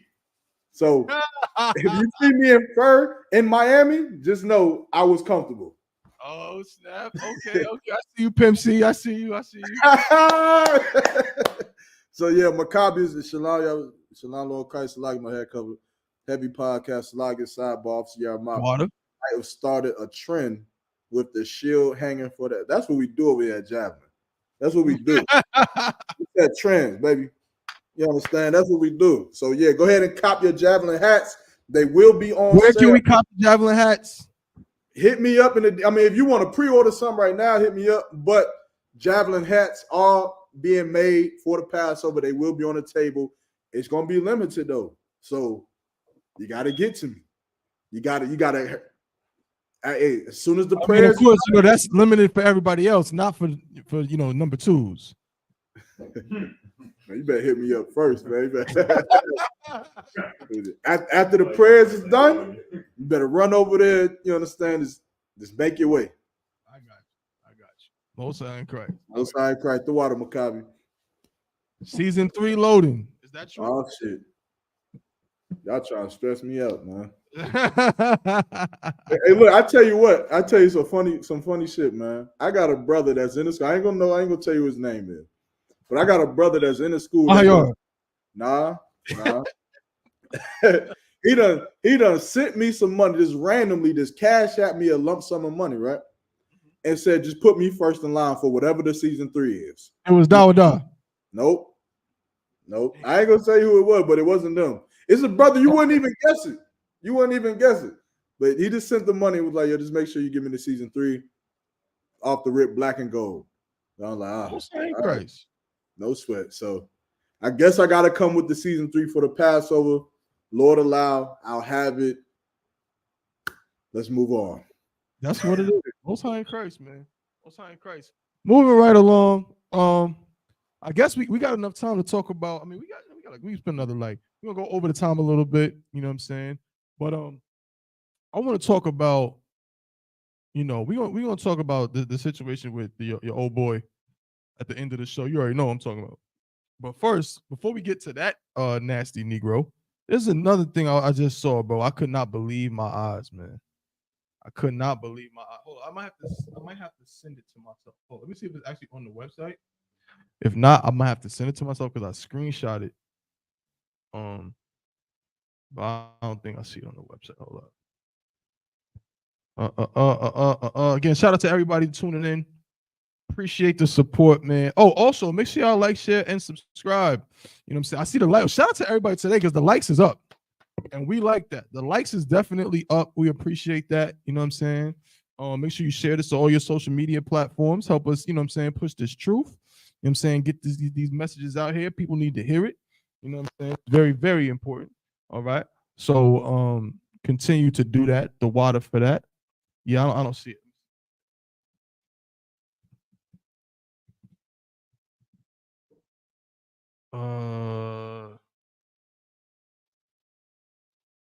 Hold up.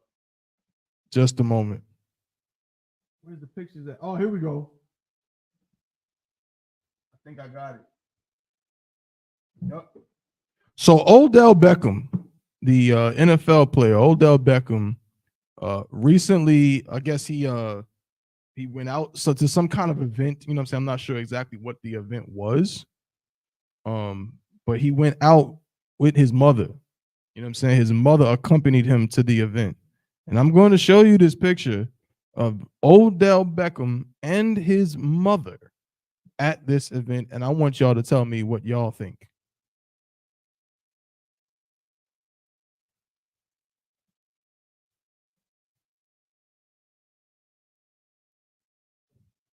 Y'all see that?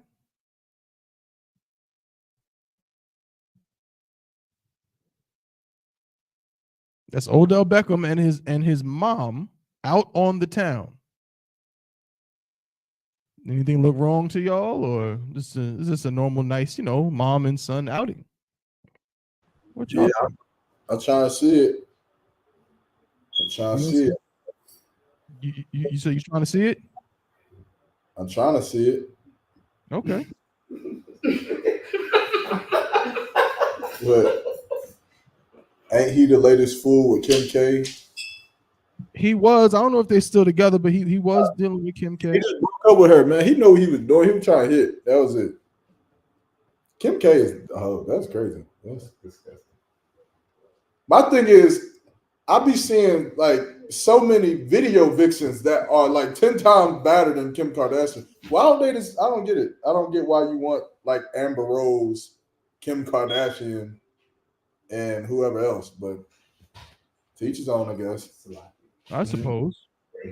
Well, I guess it's the status, right? I guess it's to be able to say you was with Amber Rose or Kim Kardashian, I guess.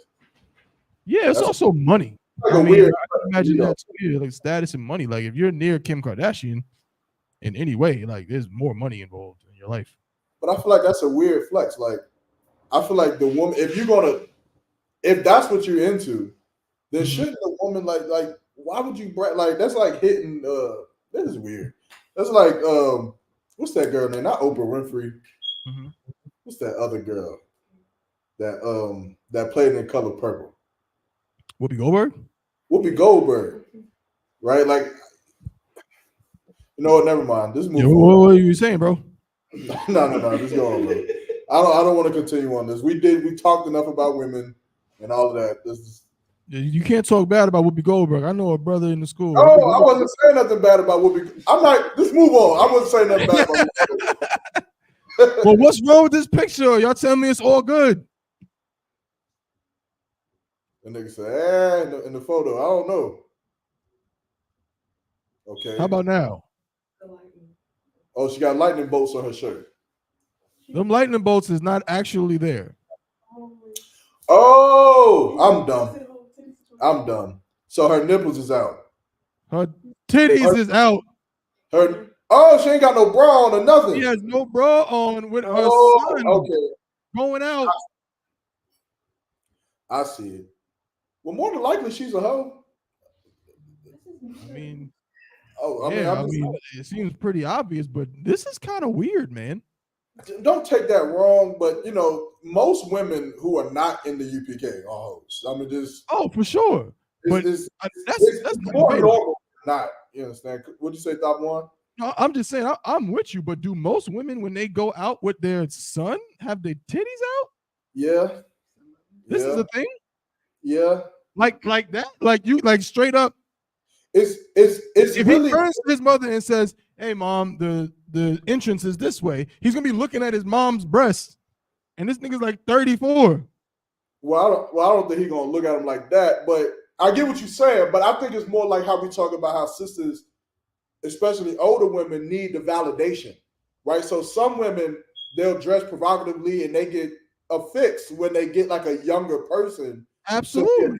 To them. But I think when it's the mother-son dynamic, I think she is trying to match her son. Meaning, I think she gets some kind of fulfillment or enjoyment walking with her son and people saying, whoa, is that his date?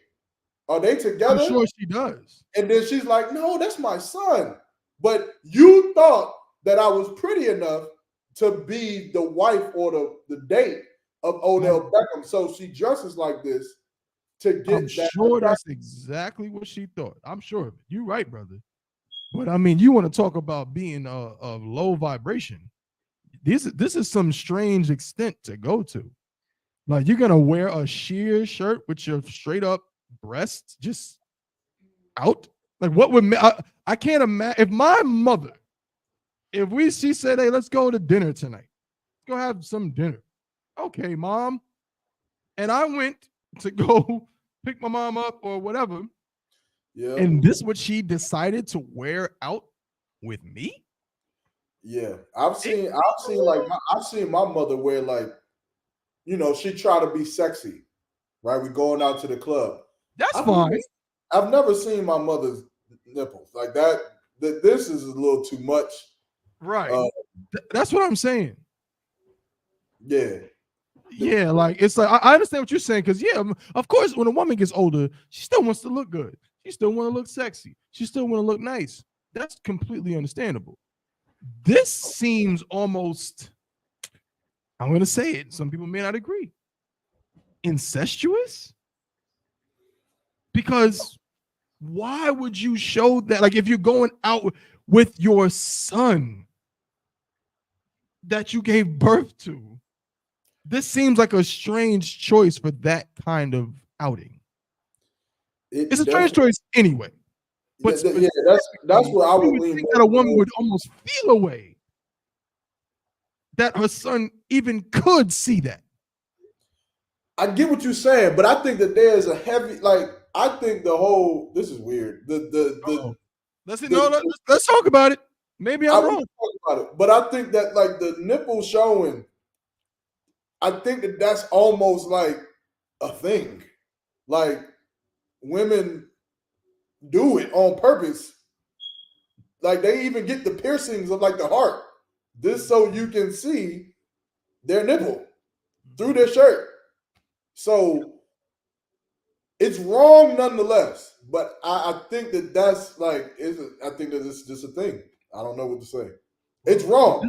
She's wrong. And going out with your son, definitely, I feel like they should be going out to have a good time with each other. And if that's the case, then why are you even looking to appease other men? Because you're with your son. You're with your man.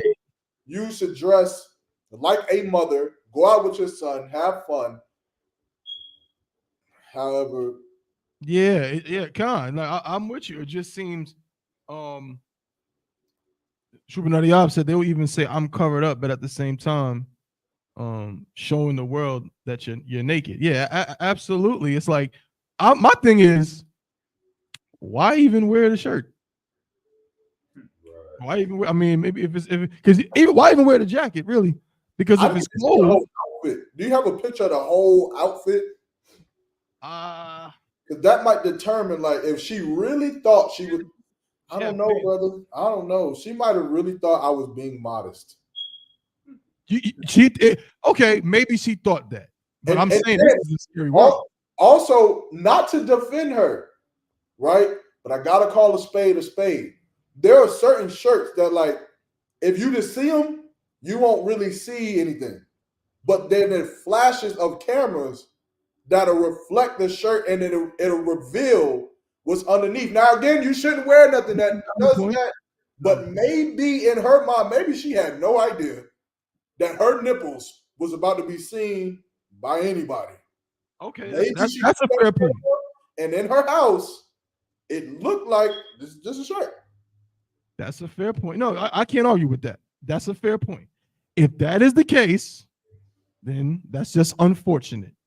That's just unfortunate, but I wouldn't be able to say that she was wrong or that it's weird if it was just some kind of happenstance and she, like you said, she just didn't realize just how, when a camera flashes, because it's very obvious that a camera flashed right here. Right. So, that's a good point, bro. That's possible. Well, I'm gonna hope that that's what it is. I hope the camera flashed and she didn't know, and that was that, and it wasn't intentional. From this picture, it doesn't. I can't just call her a hoe. Like, I don't know. She could be a hoe. It doesn't. I don't know. It could go either way. Okay, that's a good point. You brought up a good point, bro. Appreciate you. Like, okay, so Odell Beckham and mom, I guess y'all are free to go for now. Y'all are free to go for now, but we will revisit this soon to make sure that there's no shenanigans. Go ahead, bro. Case dismissed. That's case funny. Dismissed. Now let's talk about someone that we absolutely know is nasty, I guess. But then again, I don't even know, because who's been following the situation with Diddy? Has anybody over there been actually following this situation? Anybody here knows? Anybody been following it, like they know what's going on, type thing? You gonna say it?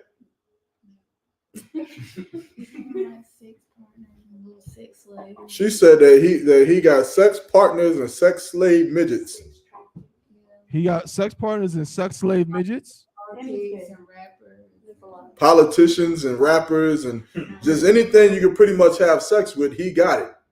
Oh man. Okay. Which that's crazy. On face value isn't a crime, right? I was about to say, yeah, technically having sex slave midgets. I mean, like, if they're not actuals, I mean, like, if they bro, this is I'm gonna sound crazy. Actual slave. Some people some people are into that, like like consensual, like S&M and chains and whips and all that. I seen a video where some woman got like what do you call it when they're in a black suit and it's real tight, like it's like leather. Yeah, it's like a leather black suit, real tight, and she went into like this cylinder in the living room and she was tied up and gagged, and like the cylinder closed down into the living room floor, and like it was just carpet after that. Like it just looked like a floor, and she was down there, and that is like, I guess, their turn on. Her being like some living room floor prisoner that he just pushes a button and the shit opens up and she comes out. Bro, I would die. I don't know how people do stuff like that. Not the living room floor prisoner. Well, yeah. That's great. But that's a So Diddy got that. He got that. I'm sure he got it. Say it again. I said, I'm sure Diddy has that contraption in his house or in his I'm sure he does. Well, if no one, it's pretty much been talked about over the past, week or so, past couple of days, Diddy's in some serious legal trouble. His home was raided. I want to say by the FBI. And I got a story here that says raids on Sean Diddy Combs' homes, a very ominous sign for rap mogul, says prosecutor. He has a bunch of lawsuits against him right now. If I'm not mistaken, most of them are dealing with like sexual misconduct. And many of them are men.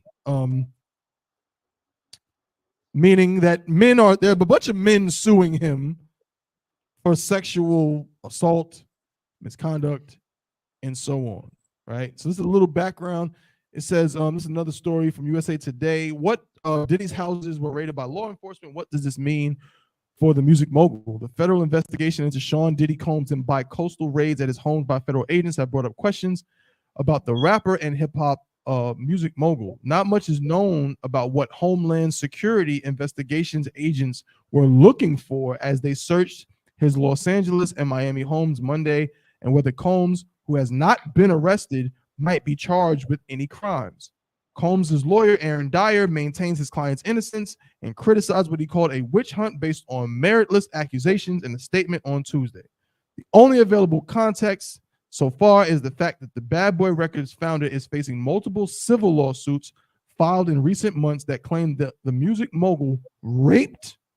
This is not me talking. This is the article for the social media accounts. The music mogul raped or sexually assaulted several alleged victims over the past few decades. Combs has denied all accusations against him. According to the Los Angeles Times and the Associated Press, however, the searches are part of an ongoing sex trafficking investigation out of New York. USA Today spoke with several legal experts about what the raids entailed, what they might mean for the music exec and businessmen who revolutionized hip-hop, and what the implications may be. So there's a lot there. I just want to say something real quick, bro. That it's tough for me to admit. Now, again, on this show, I talk a lot about, coming up, growing up in New York and, being a young kid in the 90s and all of that, all the nostalgia. And Diddy was, a big deal. Pause. And, for everybody in the world, I mean, he's right there with Biggie. I remember one of the first music videos that I ever was like in love with, I couldn't stop watching it whenever it would come on, was Mo Money, Mo Problems. That had Diddy, Mace, and Biggie on the song. And at the time, I didn't really know Biggie was dead. I kind of figured it out, but I was like, okay, why is this? The fat guy is not like there. He's in the video, but he's not like there with them. But nonetheless, so it's near and dear to my heart. But bro, I gotta say something. People have been calling Diddy LGBTQ for many years. And at many times in my life, I said, nah, man, come on, man. Y'all don't know that. Y'all don't know that about that, man. But if there's one thing I can say about all these allegations and this whole situation, I don't know whether or not we don't know yet if he actually, sexually assaulted anybody or any of those things. But this man absolutely has been having sex with men, bro. Yeah. No, I think that's absolutely has been having sexual relations with men. And that's a serious revelation that this man, who has been one of the most influential people in hip-hop, remember we just talked about it we just talked about this either last week or the week before. Now everybody's saying no Diddy, and we brought up videos of him calling people daddy. And that nigga said, I like it when you scraping and scrambling for that, daddy. That was crazy. Yeah. That was crazy. I tried to give him the benefit of the doubt, but brother, I want to issue a public apology on behalf of Officer Thabawan. Most High Christ. That man is LGBTQ, and there's no denying it. I'm playing. He is LGBTQ. And he has had all, even if he did not abuse these dudes,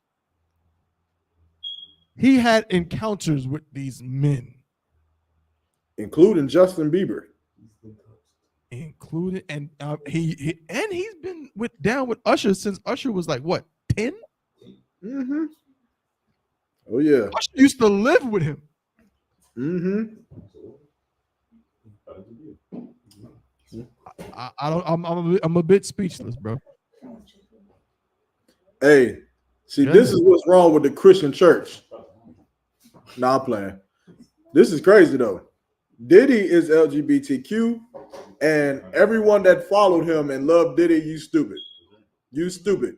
When Diddy got up and put on that shirt that said "Go vote or die," all of you idiots ran and did exactly what Diddy said to do. You listened to Diddy, just like you listened to Jay-Z, just like you listened to 50 Cent, or you listened to Usher, or whoever the hell else you. Oh, you got the video. I mean, the picture. That's crazy. Did you know I was gonna say that, or was you already getting that? I had it ready since before the show started, bro. See, vote or die. I'm pretty sure Diddy gave other people options aside in parties.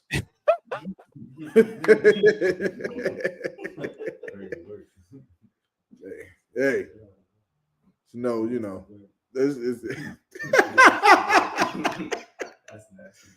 You said, "Do it or die." Hey, man, these are your leaders, though, man. These are the people that, you know, on a serious note, that we look up to. These are the people that we look up to, that we follow, that some of us even worship. You understand? And these are not the people. I'll turn this off. These are not the people that we should be following whatsoever. And now the question is, did he or did he do it? Did he not or did he do it? I believe he did it, Tabawan. Right. I believe he did it. Now he up there on Epstein Island, hiding out with them sex slave midgets and whatnot. You know, having the time of his life. If he didn't do it, why did he run? Why would he run if he did not do it? I don't even know what the hell he did or didn't do. I just know whatever it is, he did it. He did it. He molested some kids or something. I believe he did it. He did it. He took Al B. Shore's son away from him. He did it. Well, he didn't quite take him away, but I know what you mean. It was always a crazy story to me. I never understood that story with Al B. Shore's son. But they got babies by the same woman, Kim Porter, who of course is dead. I know, but still, I feel like I don't know. So Diddy was like, I don't like it. I don't like Al B. Shore's son calling Diddy daddy. I don't like it. He should have called Al B. Shore his pops. He got money too. Not as much as Diddy though, which seems like that's what runs the world. That's probably why that nigga probably like. That's probably why. That's a good point. Yeah, because he got the money. I'm going to Diddy house. I'm gonna go with my brother. Yeah. You understand? Because I'll be showing you his money won't long enough like Diddy. But now you see Diddy's life is about to come crashing down and whatnot, man. But these are your leaders. I don't really got too much to say. Well, Diddy right now, good. The thing is, this story isn't even so much like the lesson here isn't so much about Diddy. Diddy, who gives a fuck, right? The lesson here should be you should learn how stupid you are. That's what the lesson should be. To learn that you idolize people like Diddy, people like Jay-Z, people like 50 Cent, and even DMX. You idolize these people, and these people are behind closed doors sleeping with men. That's what they're doing. I'm going to say something you're not going to like. Go ahead. You also idolize Michael Jackson. You do idolize Michael Jackson. And I don't care if you say that, because F Michael Jackson when it comes to the damn truth. Right. The men that I follow do not sleep with little boys. The men that I follow won't even eat a piece of shrimp. They won't even do that. You understand? Which is the type of men that we should be following. But because these people have a lot of money, they have a lot of glit, a lot of glam, a lot of fame, a lot of influence, you allow yourself to be influenced by these people who are absolute predators. Absolute predators. Jay-Z, I'm sure, is a predator. LeBron James, I love LeBron James. I ain't heard too much of him. But has LeBron James ever predatored on somebody? Maybe. That goes without being, without being shown. Maybe Diddy's files and records is going to show some things about some of the people that you don't like. And it's going to come out and you're going to say, damn, all of the stars that we worshiped voted, damn, he got the same shirt on. Yeah, I'm sure he had an option up there in that Diddy house. He had the same option. Did you have this one already readied up too? No. Okay, all right. No sweat. I'm about to say there's something going on here. But that's all that I got, man. Just be careful about the men that you idolize. Now, LeBron James, Diddy, DMX, Tupac, whatever, they're good for what they do. Like Luther Vandross, that's somebody who we know now as a homosexual, right? Jay-Z as well, same shirt. This is crazy. Yeah, they was all in them Diddy houses with them options. Yeah, they had many options in that house. But love them for what they do. Again, I don't want to take nothing away from Jay-Z. Jay-Z is a phenomenal artist, possibly arguably one of the greatest hip-hop artists that has ever lived on the face of the planet Earth ever. Not trying to take that away from him. Not taking anything away from Michael Jackson, not taking anything away from Luther Vandross. However, when it comes to following a man that's going to lead a nation of people, I'm never, ever listening to Michael Jackson. That's right. Damn what Michael Jackson say. I don't care how many singles he dropped, how many Hot 100s he has, how many Beatles records and companies he's bought. I'm not listening to, oh, look, 50. They're not just name these people. I didn't know he was going to pull these people up with the same shirt.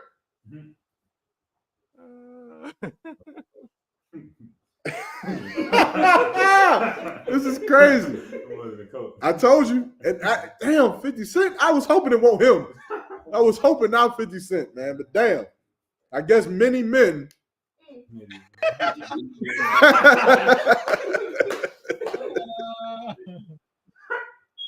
Man, but just learn this. Your leaders are no leader for anybody. Your leaders in the conscious community, your rich leaders in the Christian community, your Geno Jennings, your TD Jakes, your Al Sharptons, your basketball player athletes, entertainers, Will Smith, whatever. These are not leaders for Black people. You should not listen to them when they tell you to vote, who to vote for, what to protest against, what not to protest. You shouldn't listen to them for nothing. It's not even in their, it's not for them to even do. Like, I remember when a white woman told LeBron James to shut up and dribble the basketball. Now, that was racist, and that was crazy to say. But as it pertains to leading Black people, you should shut up and just dribble that basketball. You should go get a little bit more shots up. You understand? Because these people have shown time and time again that they are not fit to be leaders for Black people. They should leave it to the professionals like Commander General Yohana.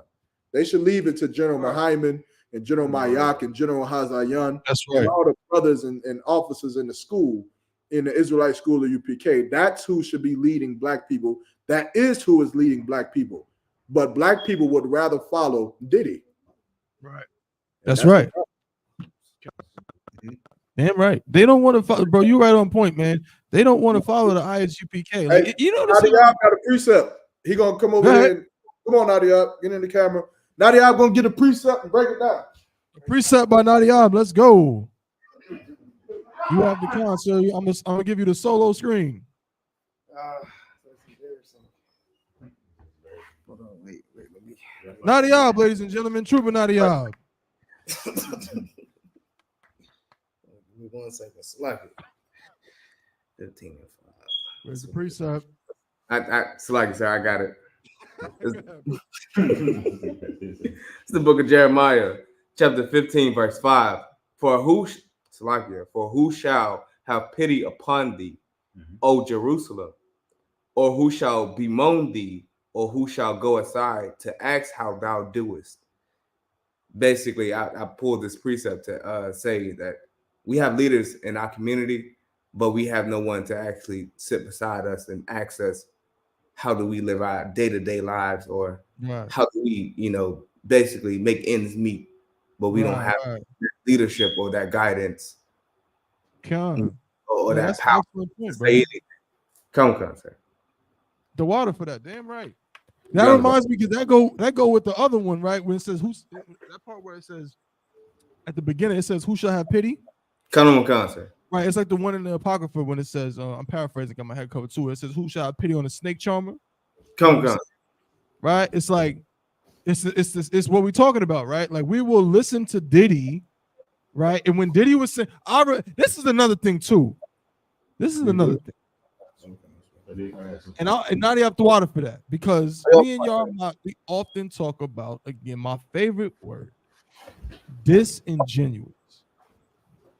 Listen, it's one thing to be unsure. It's another thing to you just don't know something or you believe something in a moment at a certain time. It's another thing to be disingenuous. And when you're disingenuous, basically you will purposely lie to yourself. And therefore lie to other people just to keep up some facade.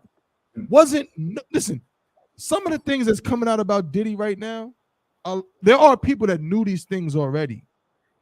Just like with the R. Kelly situation. There were people that knew that R. Kelly was doing dirt in 94. Listen, when that, and I'm not switching topics, I'm staying on topic. But when I was young, I was about 11 at the time, 12, something like that, when the whole R. Kelly tape thing came about.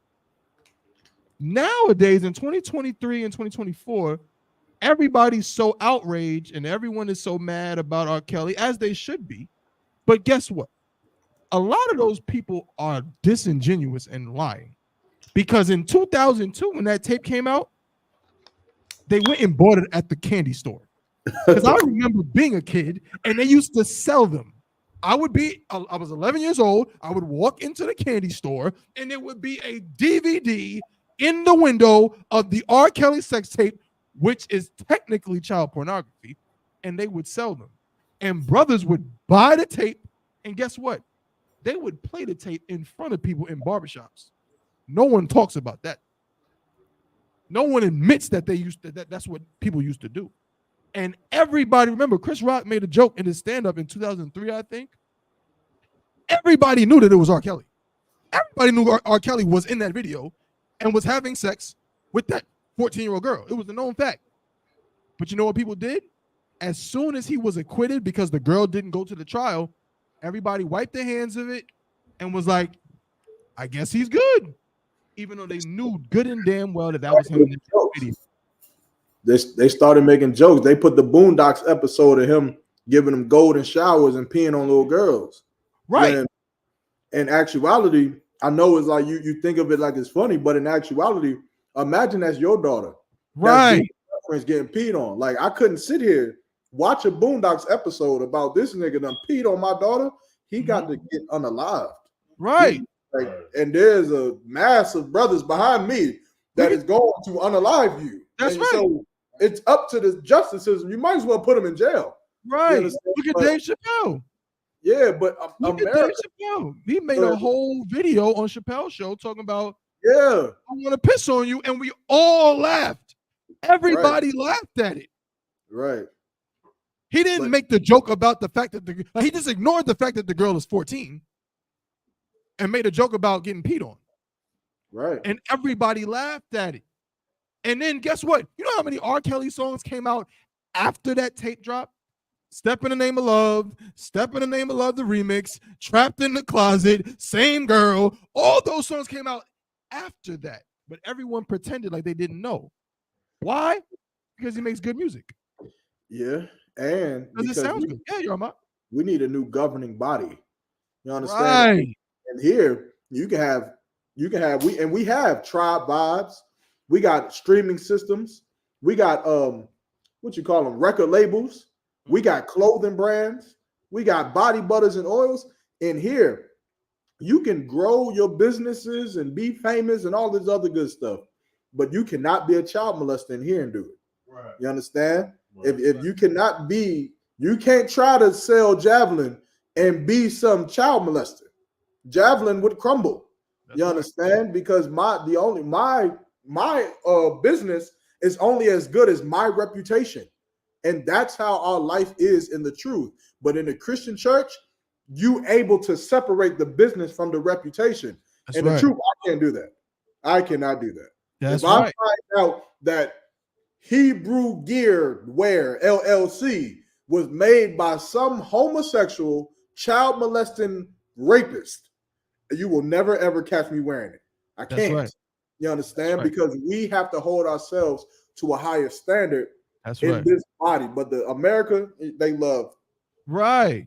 Kelly. They love it. God. And that's what I'm saying. The water for that, because that's the disingenuous. It would be disingenuous for Yarmak to sit up here and talk bad about child molesters and oh my God, it's so terrible and it's so wrong to be a pedophile, but then put on clothing by someone that he knows is a pedophile because it looks good.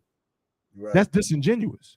It's disingenuous for you now to hate R. Kelly and say the things about him, again, which are true, but in 2003, when you knew he was a child molester, you was playing his music. Yeah, they brought him to the top 100s every year. His album Chocolate Factory came out while he was in court, and it went platinum. So don't be disingenuous because he's in jail now. Now that he's in jail, you want to say, oh yeah, that R. Kelly, man, I never messed with R. Kelly. I knew something was weird about it. You lying. They hate R. Kelly. Back in 2002. They hate R. Kelly, who was a child molester, now that he's in jail. But you know who else a child molester? Your uncle. Right. Your uncle a child molester too. Your cousin is too. But you eat chicken with him though. Yeah, your homeboys. Your homeboys who come home and tell you how after the frat party last night, they got this girl real drunk and just laid her down and said, yeah, he's a rapist too. Right. But you're gonna smoke with him tomorrow, huh? Yeah, right. You're gonna ask him how good was it, huh? Yeah, you're a rapist too. Right. You are. You watching That's it, you're right. a rapist. You're a molester. That's right, brother. That's why nobody can care. It's hard to care about R. Kelly when you yourself want to do what R. Kelly does. That's right. You want to be R. Kelly. You want to be Diddy. You heard sex slave midgets and said, that's heavy. Where can I find them at? Where's this Epstein Island at? A lot of you want to go there. You understand? So you can partake in it. A lot of you want to sign NDAs. They talk about NDAs like it's a problem. You would sign it. You would put your name on the fucking paper and you would go in there and be recorded doing anything because you're a sexual deviant. Because that's all you are. That's all you are. That's all you'll be in life. Right. Eventually, you'll be a fucking lesson for every brother to never be like you. Eventually, you may get away with it a couple times, molesting those children, molesting those kids, raping those women. You might get away with it a couple times, but eventually you will become a lesson in tonight's class. How to never be you. And then you'll be underneath the earth 6 feet somewhere in the dirt, somewhere where some spiders like laying eggs in your skull or something. Like that. That'll just be your legacy. Bro, damn right. Damn, what heavy. Well point, it's like well said, bro. It's like the point you made is so heavy because like the part of you said it earlier, but it goes with this. When you was like our moral compass, like we need like I forgot how you worded it, but like a structure. You know why I came to the ISUPK, bro? Because I realized, and I think all of us realize this, and me and you have talked about it before. I did not come into the ISUPK because the breakdowns were so wonderful, even though the breakdowns are the right breakdowns, and they are the great breakdowns. But that's not why I came in here. I didn't even come in here for the brotherhood per se. I came in here because I understood when I seen these men talking that I should shut the F up. I know nothing, and they know everything. And that for Black people to actually prosper and get somewhere, every single Black, Hispanic, and Native American Indian should do what Commanding General Yohana says. If everybody was told to do the same thing and operate under the same structure that was set up by the Most High through Christ and is now being pushed throughout the earth by Commanding General Yohana in the ISUPK, guess what? Nobody would be getting molested. Nobody would be getting abused. Nobody would be getting unalived unfairly. Nobody would be getting robbed. Nobody would be getting any of these things if we had a singular structure and system. But because we don't have that, you go by your own moral compass and you decide who you should listen to. You decide who's good and who's bad. So you'll get mad at R. Kelly, but you love Mike Tyson, who is a convicted rapist. Convicted. Not like he got charged and got off. No, he went to trial, was found guilty, and did 3.5 years in jail for raping a black woman. Another convicted rapist, Tupac. Tupac Shakur went to trial and was found guilty of raping a black woman. But you don't hate Tupac, you don't hate Mike Tyson, and you don't hate Michael Jackson, who said out of his own mouth he liked sleeping in beds with children. Hey, but if you know what? Any Though? other black man said that, people would go crazy. Go ahead, Yarmouth. You know what? When it comes to like people like Tupac, they'll try to argue that it wasn't necessarily him. But the other thing is too, when like black people, you got to understand what the terminology of a seat. The seat that you sit in, you understand the reputation that you have or the power that you have and the authority that you have, it surrounds you. Meaning, if you're Tupac and you have a bunch of drug dealers, a bunch of rapists, a bunch of molesters around you and your entourage, and then you invite sisters in based off of your name, and then one of those sisters get molested, it's almost like you did it. That's right. Because you should be more careful about the company you keep. So yeah, you have to pay for what you do, which is why the Bible says, be careful about bringing a man into your house because he carries a long coat. You allow someone into your house, they bringing everything with them, all of their drama, all of their enemies, all of their problems, all of their psychotic behaviors. It's coming along with them. So you have to be very, very careful about the company you keep. The problem is this: a lot of you brothers who go out here and get rich and get famous, you get rich so fast that you lack responsibility. You never get taught those things. You never get taught discipline. You never get taught integrity. You don't get taught it. You're just getting handed $1 million. That's right. And so you take that $1 million and you take your knucklehead friends from your neighborhood and then new Hollywood friends that you get, and they use your money to fuel their lust, to go and rape that woman that they've been seeing on Instagram, that they've been wanting since 6th grade, to go and molest that child that they've been wanting, to go do the drugs that they want to do. You know how many people want to do shrooms and acid and can't do it because they broke? I bet you didn't even know that existed. You know how many people want to try certain drugs and can't try it because they're broke. Right. They just can't get to it. You give a man like that $1 million, they will try every drug. That's right. They'll get everything. They'll have every type of woman, every type of sex you can think of, they're going to have it. They're going to do it because they got the money to do it now. And that's the problem with people like Tupac, and that's what people try to defend him. You don't understand. He is responsible. You're responsible for the company that you keep to a most of extent, which is why the Israelite School of UPK, we roll with righteous brothers. You can't roll with us if you some drug, alcoholic, rapist, homosexual. You can't roll with us. Nah, you got to stay outside. That's right. Y'all going to the club tonight? Yeah, we are. I could roll with y'all? No. Do your day. Do your 90 days. That's you right. Understand? Focus on shedding yourself with the world, because you ain't about to molest no girl in no club and then have that shit brought up on me. It's not about to happen. You understand? And again, that's not what happens in the Israelite School of UPK. You I've seen it, brother. I've seen it. I've seen it. Well, what I've seen is I ain't gonna. You'll know when I say it. We've been in the club with a cat that we know.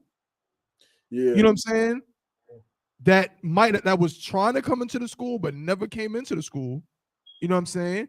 You know, we kicked it with him, said what up to him, whatever. He ended up getting into some kind of altercation with some female. I wipe my hands of that nonsense, brother. You ain't with us. I'm backing up. No sweat. You know what I'm saying? But that's what it is. We need a better moral compass. And I'm gonna end on this. We can end the show on this. What you said is heavy, bro. It's like just to keep it plain and simple, straight up. Oh, the water, because that's what I wanted to end on. That's what I wanted to end on. You need to look at what horrible leadership. When you look at this cat right here, you should see Tupac. You should see Mike Tyson. You should see, and again, what do I mean? Tupac made incredible music. If anybody ever asked me, is Tupac one of the greatest rappers of all time? Yes. Is Mike Tyson one of the greatest fighters of all time? Yes. Is Michael Jackson one of the greatest artists of all time? Yes. Is Jay-Z one of the greatest rappers of all time? Yes. But are these men representative of what we need to lead us in the black community? Because a nigga know how to rhyme words together? Hell no. Because a nigga know how to hold a note and do a moonwalk? Because a nigga know how to beat people up in a ring? No. All that, it shows you have great skill, but it doesn't show your integrity as a man. It doesn't show your character. And we're about to see somebody that positions themselves as a leader, pause. Or maybe not pause, because maybe that's what he does. But this guy tries to say he's a leader, and we gonna see what he's all about. But go ahead, bro. And if you want to give him some background, please do. Well, okay, so they titled this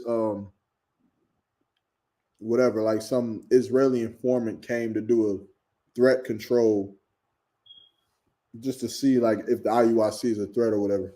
But this white man is pretty much this. What I've seen on Twitter, everybody's saying that this white man tore IUIC up, tore them up throughout this whole interview with the questions that he was asking. And this is just a little snippet of one part of the questions. I think there's about 2 or 3 parts that I want. So we're gonna watch this one and then I'll just explain the other ones, right? Let me play it. So the white dude is obviously, well, the Israeli is obviously the interviewer, and that is Bishop Nathaniel, who always giggling and smiling for whatever reason. Everything about his life is giggly to him. Nathaniel was like a bubbly man. Like he everything about everything is just all giggly. And hey, Nadia, you check on Juan. I don't know what happened. But we're gonna play it right here.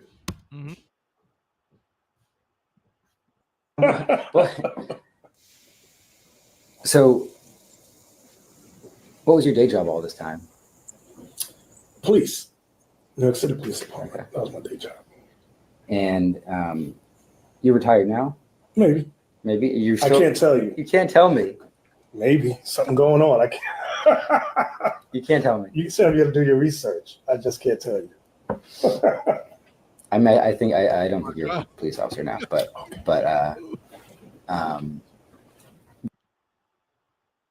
Look at no eye. Oh my God.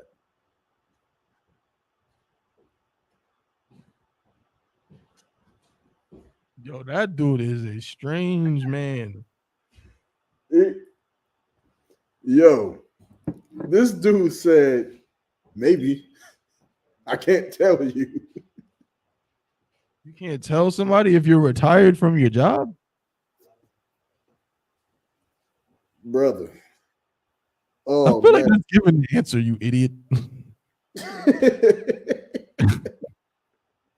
He said, something is going on. You know what that means, right? Go ahead and tell me, Armand. Tell me what that means. No diddy. Something's going on in them classrooms. I told y'all this before, right? With my studies with the Jehovah's Witness, I have came to the conclusion that IUIC is not just a Christian church. They are a faction of Jehovah's Witness. They are the exact same. Right. Their organization is the same, with the blotted out windows, the secrecy, the accusations are the same. And then this, I can't tell you, is something going on? That just sounds Jehovah's Witnessy. That's what that sounds like. It sounds like what a Jehovah's Witness would say because they're doing a lot of Diddy bopping in there. There's a lot of Diddy going on in them walls and in that church and that IUIC. And this is the leader. This is your absolute, the highest ranking man in IUIC. Mm-hmm. And he cannot answer if he is a cop or not. If he's retired. There's something going on. A basic question. You know, my father's retired, you know what I'm saying, from the New York City Department of Sanitation. I just asked him the other day, hey Dad, when did you retire again? He said 2016. He just told me. He just answered the question. Why would this dude talk like this, man? Like, I'm telling you right now, bro. This whole episode is about horrible leaders and like not following people because of the wrong reasons, man. Hey, look. No, bro, just play some more if you want to, please. That was pretty much it, bro. But okay, like, brother. So do not make decisions. What was your day job all this time? Police. New York City Police Department. That was my day job. And you retired now? Maybe. Maybe you. I can't tell you. You can't tell me. Maybe something going on. I can't. You can't tell me. You said you got to do your research. I just can't tell you. I think I don't. Point is crazy, bro. Now, but that whole point with the smile. There was one more video just too where he was basically, I'll just explain, but where he was answering why they got the color purple, and he responded and basically said that 2 reasons. One, the color purple was what they dressed Christ in. Yep. They dressed Christ in the color purple as they was about to execute Christ and crucify him, which is crazy. Which is, I mean, obviously they put that on Christ to kill him. Why would the hell would you put it on? Right? You wouldn't walk around with a crown of thorns on your head to mock Christ. So why would you put on the color? So there was that, and then there was also, he said that the Bible, there's a scripture that when King David dressed his wives in the same color. This idiot, that does not exist. There is no scripture where King David dressed his wives in the same color at all. It literally says that he dressed his wives in many colors. That's literally what the scripture says. But the leader of IUIC said they all wear purple because King David dressed his wives in the same color.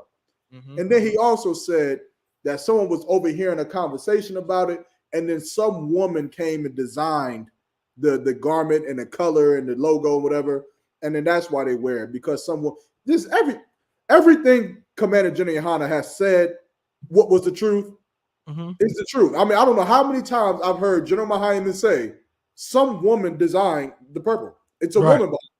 Yep. Well, he said it. He admitted it into this interview. Admitted it. You know what else General Mahayman said? That Bishop Nathaniel is a fucking fact. Is a homosexual. Salaki. Right. He is. And that will also come out. That will also come out.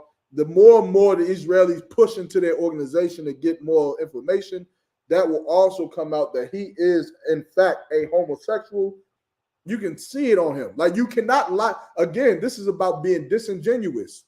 You cannot lie. You brothers, when you go out to the club and you see a man, you tell that brother right there is a little soft. That's right. He's a little fruity. This brother right here is a bona fide homosexual. Yeah, he is at the very least. At the least, he is struggling with his LGBTQ feelings. That's the best I can do for him. I'm pretty sure that he done already went ahead and did whatever, and continues to do it. You know what I'm saying? Being up in Africa, you know what I'm saying? But if I was even trying to give him any benefit of doubt, the best I could do is he has those feelings and is fighting it with the last bit of breath he has and is going to lose very soon. It's the best I could do. But you can definitely see it on him. It's so obvious. It's so obvious, and again, for this to be your leader, I'm telling you right now, y'all may think, because they think we being petty, y'all. Mark, we gonna end it. There's so much we can talk about, but they think we being petty. But I'm telling you right now, if my leader was sitting in front of an Israeli, talking to him like that and laughing and kikiing, and said, I can't tell you that. Had something going on. I would be so embarrassed. Like, nothing about that would be uplifting or give me confidence or faith, you know what I'm saying, at all. And that's why it's so important as brothers, man, like General said, do not shame this goddamn school. Brother, I don't care if you're a trooper, you know what I'm saying, if you're an officer, captain, whatever, you know what I'm saying, think about your conduct when you are not in here. And just imagine that someone somewhere is able to sneak a camera and see you doing whatever you're doing, going wherever you're going, saying whatever you're saying, or what have you. And ask yourself if this action would shame the ISUPK for it to be connected to this school. The answer is yes. Stop doing that thing. And if you're having trouble with that process, then get counsel immediately. But what you do not do is continue to perform actions that will make you look like Bishop Nasty Nate in front of this Israeli. He just made every man in his school look like B1. Yeah. All of them, because he looks like one. And if they trying to be like him, then oof. Meanwhile, we in here trying to be like, you know, General Mayaka Allah, General Mahaiman, Commanding General Yahana. You know what I'm saying? I remember the first time I saluted Commanding General Yahana. I was so nervous. It came out. I sound like a little mouse. You know what I'm saying? I was like, hey, shalom. He was like, no, brother, not like that. He said, that's not how we say it. We say it like this. And he said it with a certain, and I'm like, Khan, I don't want Khan. You know what I mean? There's a way of demeanor we got to have. But I bet Nasty Nate teaches his brother to say, Shalom, Lord in Christ, or whatever. They don't say Shalom. I say Shalom, right? Yeah, I don't think they speak Hebrew. So they what they say, like, Lord in Christ bless, or some nonsense that they say. But this is just terrible, bro. But I'm off it, man. I'm good, man. It's self-explanatory. It is. But that's all I got, man. You know, we done ran the show for almost 2.5 hours, 3 hours? Right. God, Most High in Christ, man. Another excellent episode. Chain Breakers Podcast. You know what I'm saying? It's going down, man. Don't forget to be at the Lord's 55th annual Passover going down April 20th, man. Durham, North Carolina is going down in Pittsboro, right? At the fairgrounds. That's where the Passover is going down. We got all those events. If you need any information, contact your camp leader. Go to the website, isupk.com, to find out everything you need. Make sure you pay your Passover fee, $200 per adult, ages 17 and up. Also, y'all, we got a special, you know, basically like Passover, pre-Passover raffle we doing, right? Yeah, we ain't gonna do it today. We're gonna do it next Friday. So give the raffles $5. Send them to. I got a different Cash App now for Javelin LLC. So okay. You know, send it down. Just hit me up before you do anything. $5 next Friday. We're doing a raffle. There we go. So yeah, so get your $5 in for that. Yeah, hit us up, man. Chainbreakerspodcast@gmail.com, Chainbreakers_TV at Instagram, on Instagram, excuse me. You know what I mean? Hit me up, Officer Thabawan. Hit up Officer Yarmock. Shout out to Captain Yagarwab, couldn't be with us here today, man. He's doing a lot of work. Shout out to Officer 1000 Kowal, couldn't be with us. You know what I'm saying? But we're gonna get all back together, man. Hopefully before the Passover. You know what I'm saying? We might actually, I don't even know if we're gonna be able to do a special because we got the March. So excuse me, the thing, the you know. We got something to do. We got something to do. So I don't know if we're gonna be even do the show that Passover weekend, but it's no sweat. You know what I mean? We still gonna, you know, find a way to get involved and get some footage, man, and get some, you know, some good content up. But that's what we got for today, man. So Yarmock, you want to close out with anything? Nah, that's it, man. I'm good. It's, you know, see y'all at the Passover. Most High in Christ, man. We'll see y'all Passover. You know what I'm saying? Lord willing, we'll see y'all next week. You know what I'm saying? Same time, same place. You know what I mean? And that's what it is, man. So your head covered. But to all the people, to the brothers and the sisters, we say shalom, Lord in Christ. You know what I'm saying? Chainbreakers Podcast, man. We out of here.